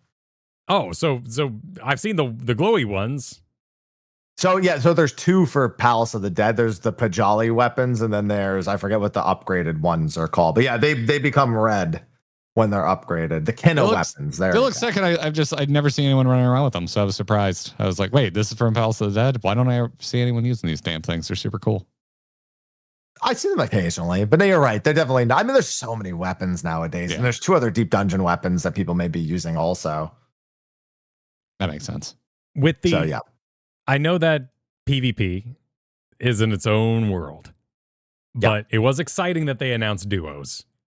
Have there been any reverberations that's going to be an issue, a perceived issue, the win trading, all that, or is it just stoked across the board? It's in casual mode only, so no. Okay. It's just they just don't want they don't want two things. They don't want 5 people grouping up and stomping other casuals and solo queue. And they also don't want to have to separate people queuing as 5 to only queue with other people queuing as 5. I've seen That's that really happen. what it boils down to. Yeah, I've seen some games do that, and it's always a bad time, ultimately. And you get into MMRs. If there was more interplay between servers, it probably wouldn't be a big deal in terms of fragmenting the player base. But because there isn't, I think maybe when we get because sooner or later we'll definitely get cross world all within the same region, PF, DF. Like they'll do it at some point. They've already spoken about doing it before, and that they've been working on it. So once that happens, you may see them be a little more lenient with things like that. 15 minutes of chat bubbles. What? Why was the chat bubbles? Chat bubbles have been heavily required. I don't like chat bubbles personally. I'm going to turn them off immediately. Yeah, I'm aware they've been. I'm sorry, they start disabled. I'm good. Yes, but you're good. You're good. They are opt-in, not opt-out. Thank goodness. But they've been a pretty frequent, especially from the role playing community, a pretty frequent ask. So I enjoy them well enough. Again, I come from WoW, so I'm used to them being enabled by default. So it's just something I kind of expect from MMOs of any sort. This was the most checked out I was during the whole live letter, though, because I was just like, why are they still talking about chat bubble? It's awesome they're coming. I'm so happy they're coming. I couldn't believe they went into this much detail. Yeah, there was a lot of detail. And I mean, I guess it does matter if it matters, and if that, I mean, it's not even mid-core. Like, where are we? It's a huge, big deal to RPers and people who use this game as Second Life in that sense. It's a huge, big deal to people who aren't already using mods. Yeah. Really does kind of nail it down to what it's it really already in the really game is for saying. A lot of people that don't stream. Or that stream, but not very many people know that they do. Because they don't. Because I know people who stream with their mods on. They don't give a fuck. They're just like, yeah, I just streamed to like 1 or 2 people, and I've seen it for years. Especially UI mods. That was huge for a while. I saw so many people stream with UI mods for the longest time. I was talking to our Savage group about it last week, Kyle. You were there for Reclears. You joined us for Reclears last week. Yeah, we were having that talk, and a bunch of folks on our Savage team were like, yeah, they were like, I feel like people just used to not give a shit. Like everyone I used to watch who played 14 used to just have their mods on main on their stream, and no one cared. But then UAV happened, and begun the 14 mod witch hunts have. Yeah. Yeah. That's it. Yeah. It's That's it. it's I don't know. It's fascinating is the kindest thing I can say about it all. Yeah, I mean, people just they don't want to give people a reason to harass them, and they don't want to get banned. I think it's a perfectly fine way to operate. Other than that, I would say as we reach the end of the live letter here, the years and the hats were the only other big thing in there. That's where I'm seeing just so much positivity, and that's why like at the very beginning of this when I said like I've seen the pendulum, I've seen both sides of the yes once again. Well, people who are positive are usually good boys and girls that follow the rules, so that doesn't surprise me too much. You know, also if you're making public appearance, you like to me it would listen. I'm like pro do whatever the hell you want. If you want to do mods, I don't give a shit. I'm not a narc. I'm not going to rat you out to copy Yoshi P. But it you know not admitting that I've ever installed a mod, but if I did, there would still be value in knowing other people see my character the way I want my character to be represented, because you can mod the game to hell and back. But if your other players don't have those mods installed, they're not seeing any of that shit. So it doesn't matter. So they do it because they love themselves, not because they want others to love them, Garrett. Damn. Wow. That's beautiful. Yeah. You'd think I actually like took drugs or something with the way I spit this knowledge. No, you're a font of knowledge, really. This is not a bit. I like you because you do think about things on a deeper level regularly. So, I would mark that as a positive character trait of yours.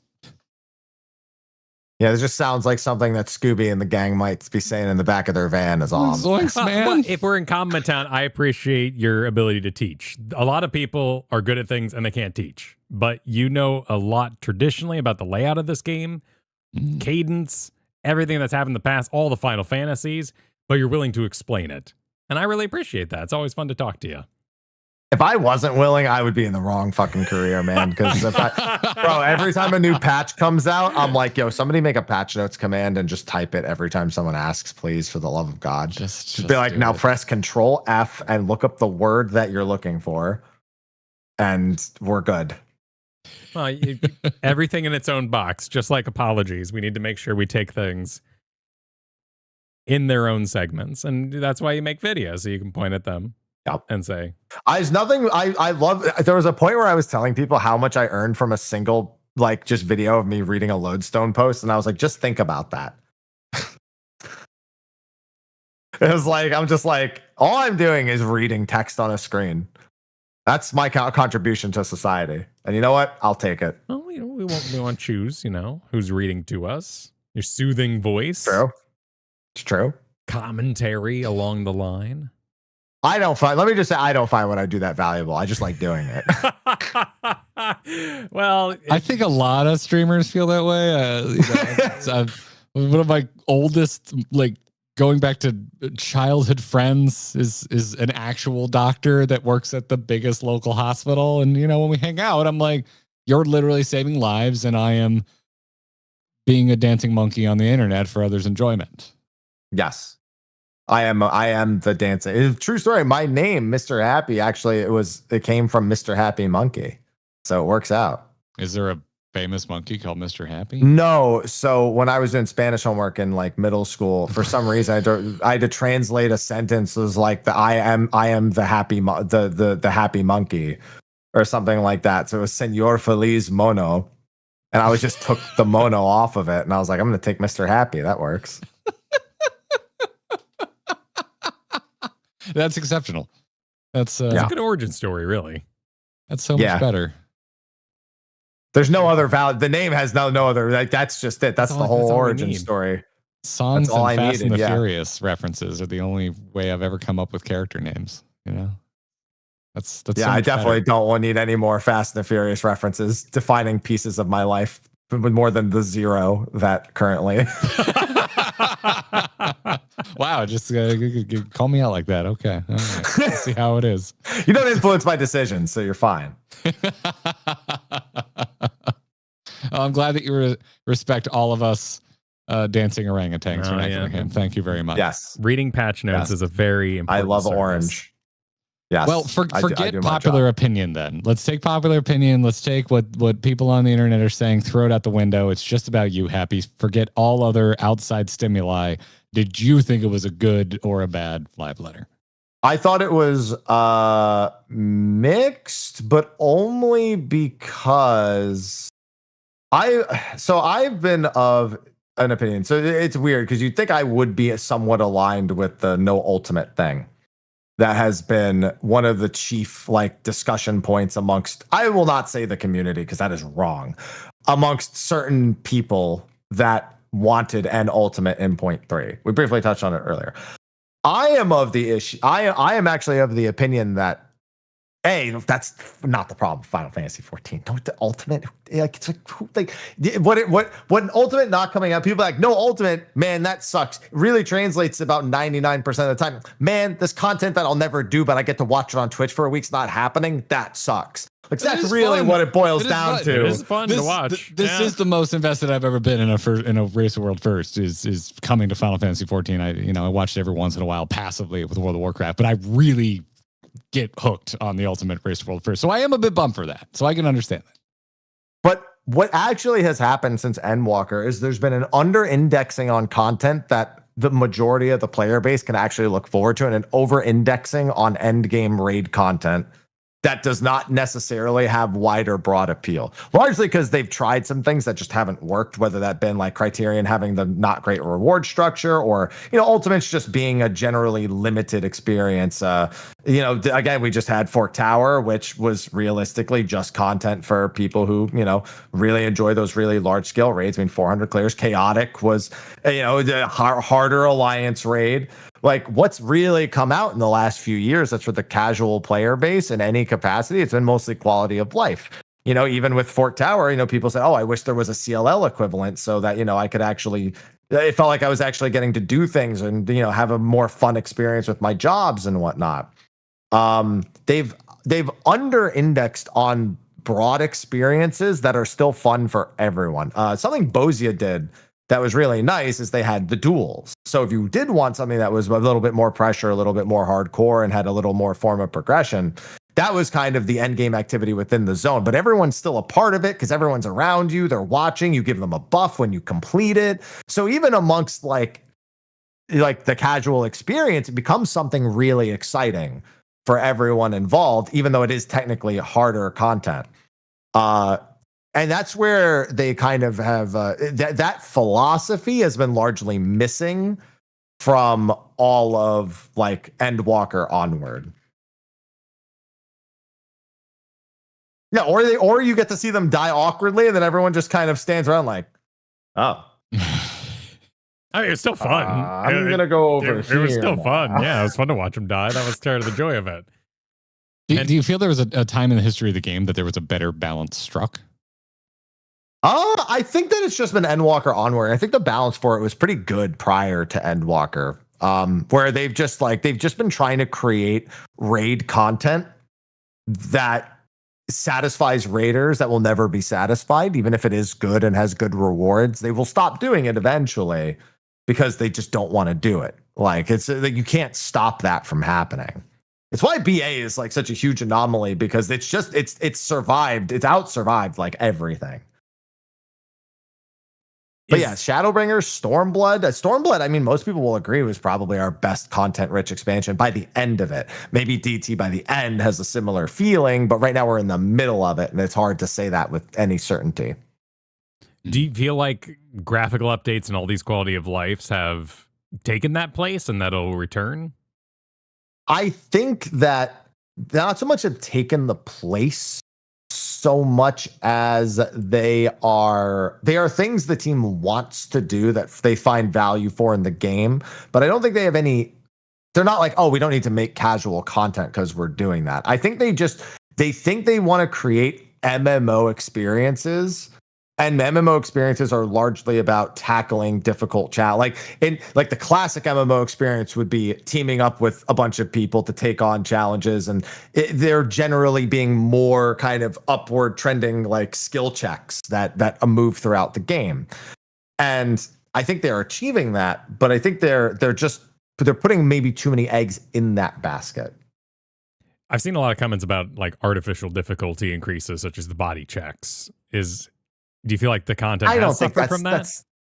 I think the only place that's really been a problem is chaotic. I think chaotic for the group of people they were aiming for, by their own admission, the body check was too tight. And it really comes down to that. When they're aiming for specific skill sets of players, that body checks can actively kind of inhibit their ability to complete it. That's when it's a problem. And I think chaotic, they even by their own admission, we wanted this to be extreme, but we kind of made it savage instead. That was a mistake. I think Chaotic's success rate was still kind of okay. There was, over 100,000 people who cleared it, and so there still are discords that coordinate and clear. Man, but why you got to call me out like that? You're just coming for my throat today. Jeez. What did I? Because you haven't done it. We haven't cleared Chaotic yet. We can jump. We got better. I mean, all I'm saying is that like that those body checks are why the clear rates weren't even higher than they were, because there was, I think like when it hit over 100,000, I think there were like 80,000 players who were like stuck at like the 50% mark on average. Damn. Jeez. And that's body check. Like I genuinely think they need, if they want content of that level of difficulty and they want to appeal to like, 25-30% of the player base with something like that, which I think in terms of end game rating content, your upper limit's probably about 33% of the player base. I think even that's generous. And I'm talking about like extreme level content. Body checks need to be nearly absent. And it needs to be a lot more about the visuals and the movement involved, and not about were there 24 people alive, basically. What'd you think of Recollection Extreme in that regard? I think the player base handled the few body checks that were there by improving the strats. They weren't as severe as they could have been. Things like Tank LB could actually save a decent number of lives doing that if you did it correctly.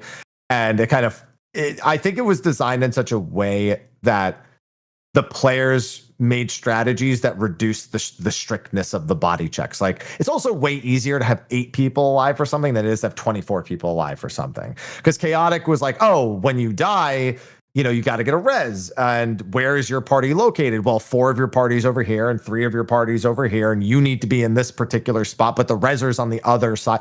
Like, it was too many different things that made it hard to get to where you needed to be after you were revived. Reviving effectively made you a headless chicken with no good way of really making it back to where you needed to be for the body check. And if you're going to do that, don't have body checks, or develop better systems. But even still, I would reduce making it so you need to have 12 people alive in 24-man content. I think that's within reason, especially because you could actually do it with 12 people. They allowed you to queue in, but they were like, it's not possible to beat, but we'll allow you to queue in. And we're just like, well, why? At least with Fork Tower, the lowest it scales is 24 people for any mechanic. So you can go in with 24 people and clear it and it'd be perfectly fine. You don't need 48 for Fork Tower. You're just most likely to get 48 people for Fork Tower, close to between 40 and 48. But this was you can go in with 12, but it's not possible. If we're not going to downscale it for you, why would we do that? So it sounds like just finding that nice middle ground for the battle content kind of services all players. Do you think that they are missing out on random side story quests or role playing environments or any of these other things you might hear about? And those are always kind of with the odd caveat of I know something you don't know. Like, a lot of people love those side stories that explore a bit of lore. I mean, yeah, they are. But when you think about what gets someone to play a game and love a game is different for every person. It could be that they love the story, they love the music, they love the environments, they love the lore, they love the enrichment of the world. That can all be true. But in a subscription, does that keep them subscribed? It may make them come back on occasion to get that itch done and to re-explore what they haven't done. But it doesn't in any way enforce the idea of staying subscribed to the game. So Endwalker also had a big index on one-time experiences, and they actively, I don't remember what they said, but they did quote something about that during one of the live letters of them creating a lot of one-time experiences in Endwalker. I wish I had the quote on hand. And yeah, it's just a mix of those things, of just a lot of raid content that's not made for absolutely everyone, and a lot of one-time experiences that won't keep people subscribed necessarily. They just may come back when they, need that. They want to get to know it again. They don't burn out. They just decide, I'm not going to play this anymore right now. So it's really hard. It's really hard to say, especially when it comes to roleplay, because they'll always find their ways to have fun. I think having an ebb and flow of being subscribed and unsubscribed. I think that is extremely common, regardless of what MMO we're even talking about. I think the majority of players go through periods of subscription and non-subscription. But I'm sure somewhere at Square headquarters they have an agreed upon the back and forth rate of subscribers and non-subscribers that they're okay with, or at least that they have as a goal. But yeah, that's fair. I'd say it's tough. Like, the thing is that I know I like raids. I like difficult content. I also know I'm not a majority, and I feel like there's a lot of people who don't understand when they're not the majority on a topic. That's when it comes to things about Final Fantasy XIV, especially. That is video game discourse in a nutshell. Any ongoing game that has an active community that engage in discourse about their chosen game. That's true every single time without fail.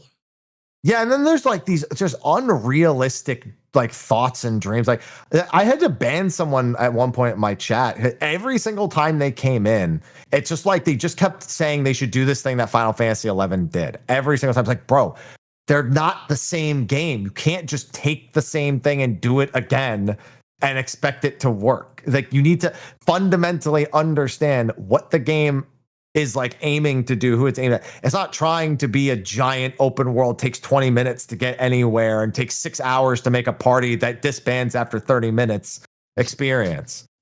That doesn't happen anymore, but it used to. No, that stuff is magical. It's time to place, and it's called college, I had that experience. I don't know. It took like 3 hours to put a party together in WoW Classic, and then it disbanded after a couple of wipes. I feel like they were able to recapture that lightning in the bottle. Whether or not you wanted that lightning in a bottle is an entirely different conversation. Exactly. But I mean, that's interesting. I mean, some folks just get hung up on very specific things, and there's I don't you can ban people for any reason, but I would have banned that person for. I literally have nothing more to say on this. I'm sorry. It kind of was what it boiled down to. Like, I just couldn't be a part of the conversation anymore, because like I was like, if I have to have this conversation one more time, I'm gonna lose my mind. Oh my freaking God. Yeah, like sometimes it's just you said all that needs to be said. That's freaking hilarious. Yeah. Like, there's a lot of systems I want to see them go back and update through in this game. And that's kind of where a lot of the Final Fantasy XIV mobile discourse comes from, because they are doing some things to the old parts of the game that exist in the new parts of the game, but don't exist in the old parts of the game. Big thing is, for example, that's got to be shocking people's awareness, and imagine you've never really thought about quality of life improvements to Final Fantasy XIV before, but then suddenly you see mobile being played and you're like, wait a minute, that's pretty cool. Why can't we have that? Yeah, like like fates, the shared fate system. There's also like fate objectives, like deal over 4,000 damage to this fate over any number. Like, basically every fate has its own achievement track, where it's like, oh, kill at least 50 of this enemy, or collect at least this much that just add like multiple reasons to do it and go back and do the shared fate system. They have bicolored gemstones in the old zones as well. System improvements that may encourage newer play. Like, it's not even about me. It's about the next generation coming in, who like maybe is running through a Realm Reborn, and everyone just tells them, oh, just don't bother with fates. Just whatever. Like, later on, yeah, but like, just don't do those. Just skip this, just skip that, blah, blah, blah. Just get through the story, whatever it is. it's like, yeah, I don't want to have to say that to people. You know, I want to say like, oh yeah, well, you know, like you don't have to do it going through the first time, but like there is like a thing where like if you do all the fates in the zone enough times, it like unlocks this vendor that like has a few glam pieces that you can buy, and like maybe you could farm a mount, you know, because that's how it works in the later expansions. So, but I other than that, I can't do it. If they went back and did that, and then not to mention, I'm not gonna lie, I would go back to old zones if they did it. It would be like new content to me. They sent me back to a Realm Reborn with my like 6 abilities that I'll have at this point, but I'm working on it. I'll do it. I mean, some of that too is just the march of time and the constant improvement on a game that is a live service. I've been thinking about that a lot just with Occult Crescent, because I'm like, why don't I like Occult Crescent as much as Boja? I loved Boja. I didn't know what to expect. Went in, was horribly charmed, and couldn't wait to continue it and see the rest of the story. Some of it is probably just personal preference. I think Boja had a really good and compelling narrative. I do not think Occult Crescent does.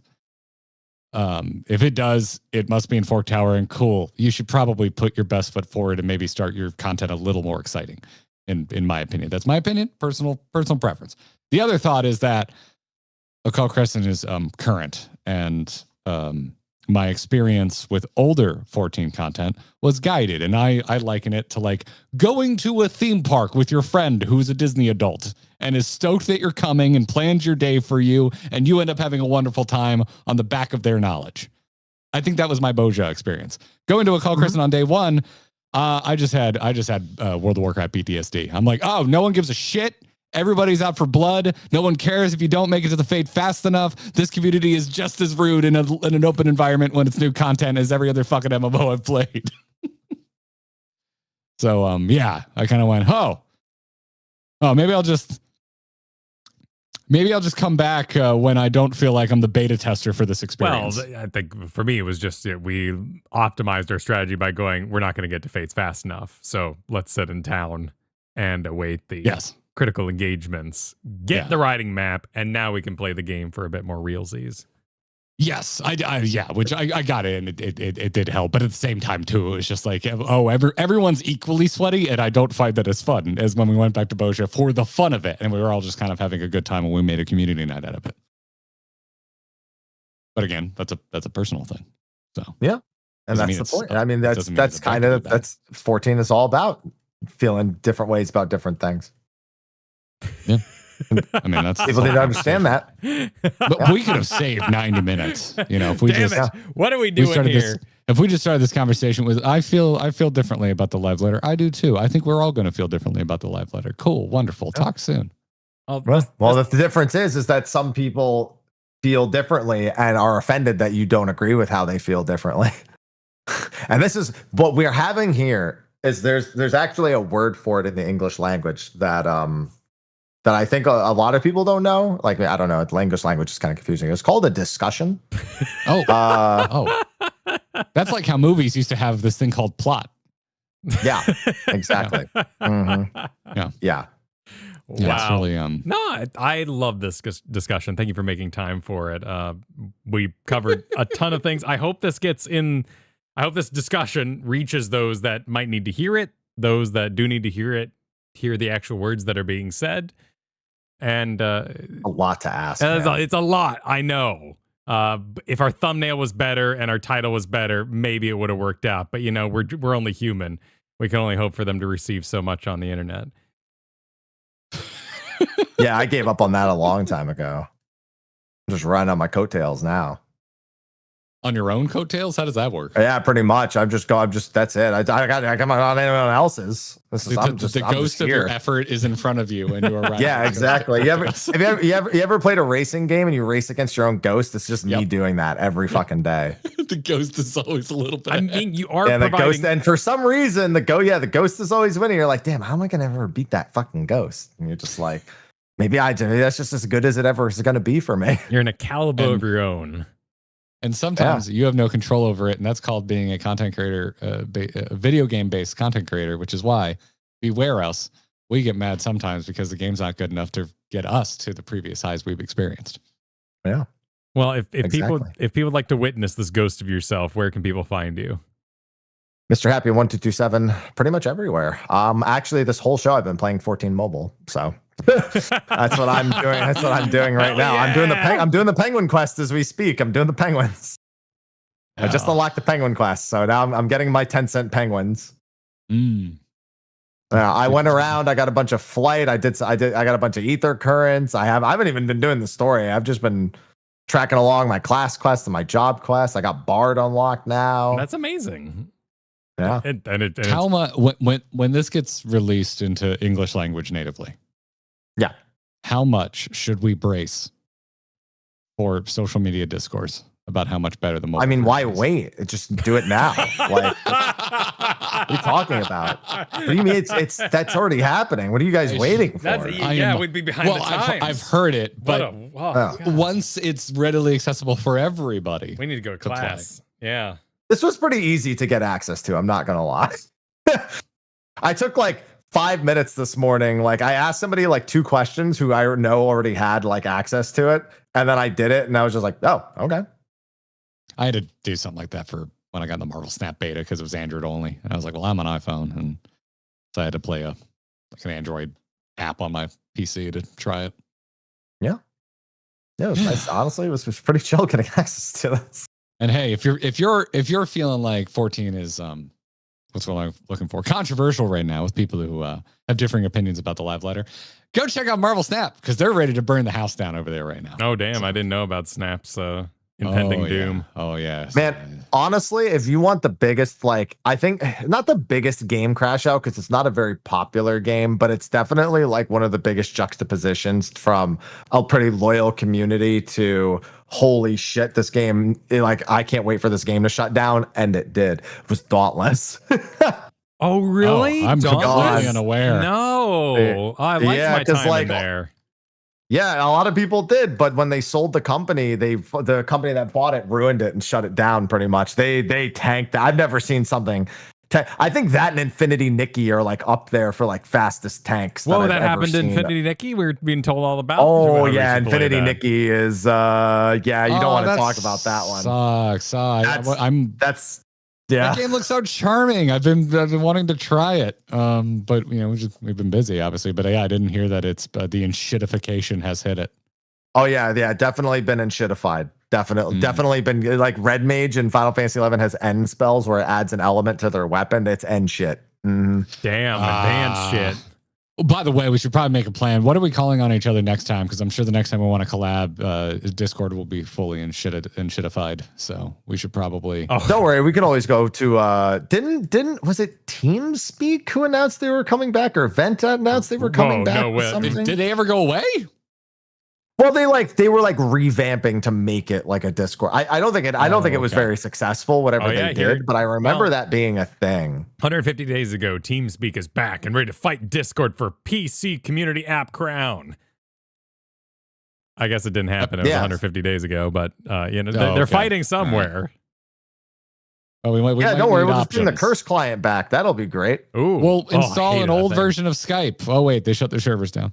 That's okay. Yep. Skype's done. Okay. Well, no more. Joel will no longer be. We'll never have to worry about him picking up ever again. We'll always have Zoom. At least we'll always have Zoom. Don't ever talk about Zoom around me.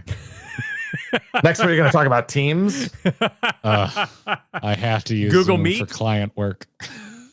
I'll take Google Meet over Teams and Zoom. Google Meet had a decent dice roller in its time, so that was all right. Yeah. I was able Google Meet has the most pixelated video of anything I've ever used. And I don't care. It still works better than both of the other ones combined. Then again, so did Skype, so who knows? But Zoom has built-in features that get rid of the wrinkles in my forehead and make me look like an Instagram filter. Yeah. I could be in front of a waterfall or something like that. It's perfect. I don't think that's where we were going with that, but now we are. We're there right now. That's where there. Yeah, we are. We're there right now. I'm over here about to kill a giant penguin, but that's Well, you enjoy that. We wish you luck on your penguin murder endeavors. Yes. Thank you for joining us, and thank you for the rundown of everything. Learned a lot today.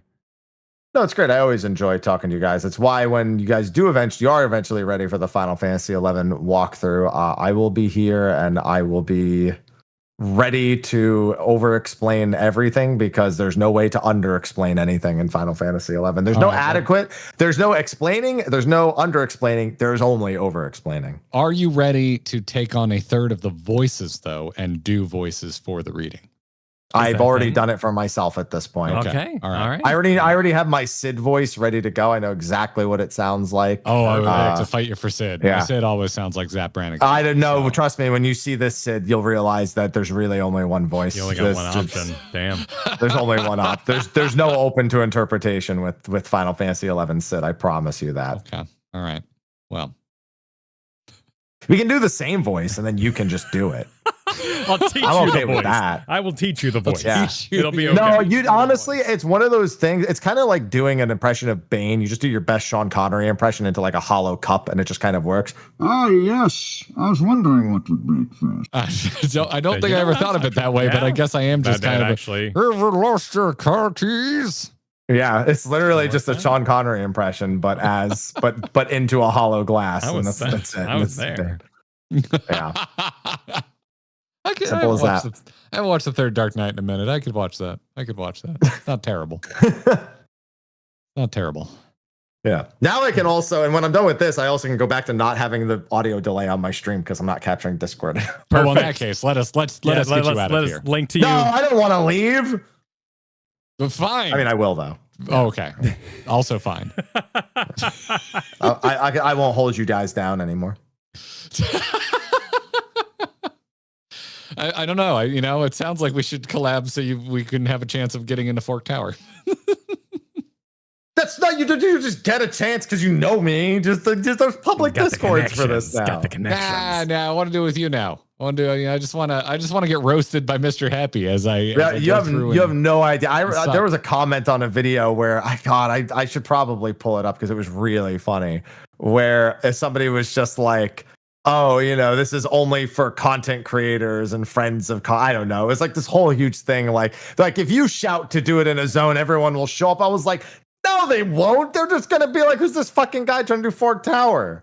They don't care if it's me shouting in the zone. If it's so, they're going to die. I can't help them. Let me tell you. No one gave a flying shit that the two of us were in Occult Crescent. Socialization takes effort. Yes, joining a Discord is a thing that you do have to put effort into. And I think I completed a whopping 3 fates before I got my writing map. It was bedlam, absolute bedlam. Bedlam.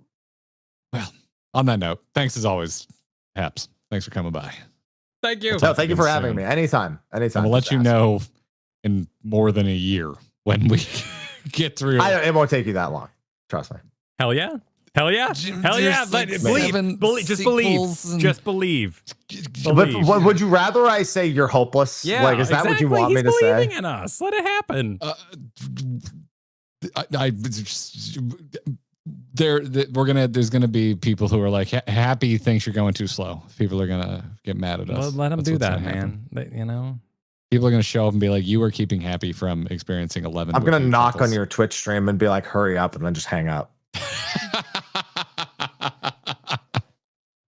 Hell yeah. Best use of the knock feature. Practically the only use of the knock feature. The only real reason to use it in the first place. Yeah. Well, thanks again. All right. We'll talk soon. Take care, man. We will talk soon. Thank you. We're going to break the call for a hot moment while I get Garrett back on the line here. Bam, boom, buttons pressed. Welcome back, Garrett. In 2 pieces. Thank you for welcoming me back. You're welcome. Well, I there's a brief moment without you, so I want you to know that you're welcome here. That was immensely enlightening, delightful. I loved getting to pick his brain about it. Thank you for allowing me the deep Fork Tower exploration. It was fine. I wasn't expecting you to throw to me, and when you did, I'm like, I have nothing but honesty, I was about to move on, and I just didn't want to be like, I don't like Occult Crescent that much. I just didn't want to grab it and be like, the whole ship just, and then be like, anyway, moving on. Karen's like, wait a minute. I had a question. When have you known me not to barge in when I want to say something? You're absolutely right, but I wanted to be. I made the wrong respectful choice. But now it's out. We haven't talked about it. I don't think Occult Crescent is all that great. Damn. Scandalous, big wide take Scandalous. in a game that you play hours It's lore. every week. It's not narrative. Yeah, And there's a difference. No. I mean, yeah, we're not going to make a video about how we Also, both... how many times have they like been like, oh, yes, the War of the Magi. Let's hint to it without steeping you in an ongoing adventure that makes it interesting. And I just want, I like to meet who I'm going to kill and why I'm going to kill them. And it hasn't done that yet. It's similar to my instant turnoff of the variant dungeons of just like, this is why don't you start on something slightly more exciting? Yeah, I really do think that I don't need to be Aquaman where every time there's have you seen Aquaman? I saw the first one. I liked it. Yeah. Listen, it's a fun movie. It's also an incredibly stupid movie. I don't need it to be that where I don't know if you've ever noticed this, but the next time you watch Aquaman 1, I haven't seen 2, I have no idea. Every time there's exposition, a wall explodes and someone walks in and attacks. It happens like 3 separate times in one movie. So it's like boning in Game of Thrones. Definitely the early seasons. Yeah. Oh, interesting. Yeah. Do you prefer Eureka or Occult Crescent more?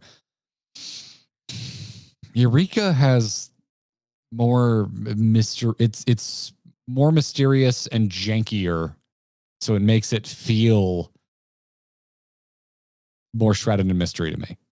I like the zone better than Eureka because it has so many layers and different parts of it, though. The zone is very pretty. Yeah. I like the zone. And not even just prettiness, like just diversity in terms of what the first zone in Eureka was nice too, though. It had like a nice beach and it had a nice forest and had some hills. Impressive amount of verticality for Final Fantasy XIV. Yeah. You went up and down. Honestly, funny enough, like the worst easily is my favorite field operation, which is Baja. The first Baja zone is a mud pit. It is not a place I want to spend time.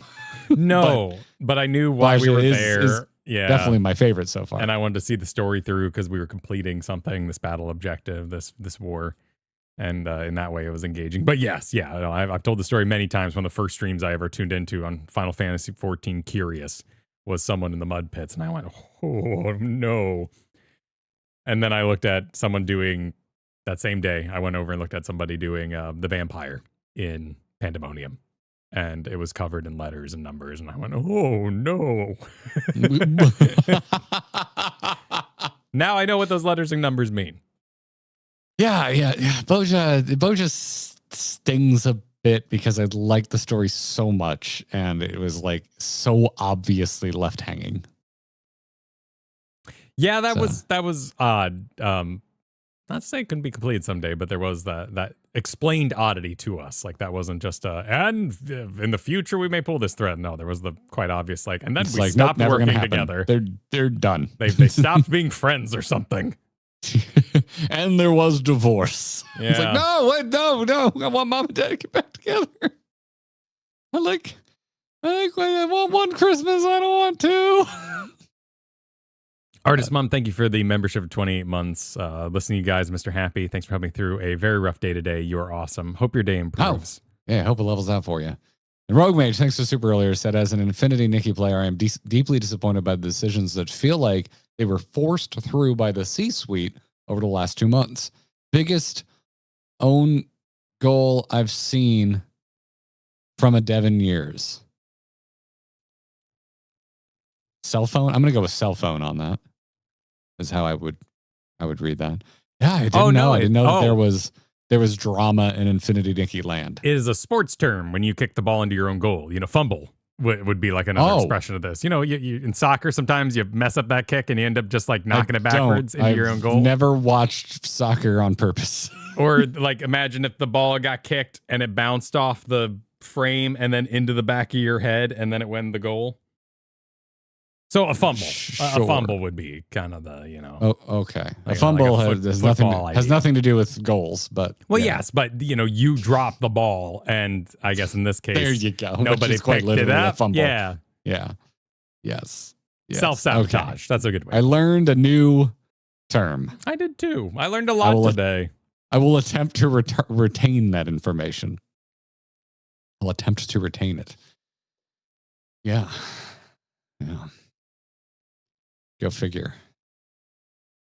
Haps is a delight to talk to. Yeah.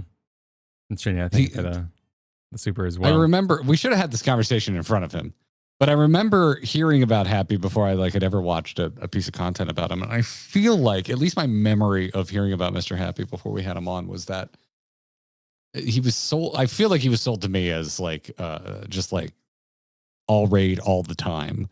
And he is so much more holistic than that. He takes such a macro view at everything.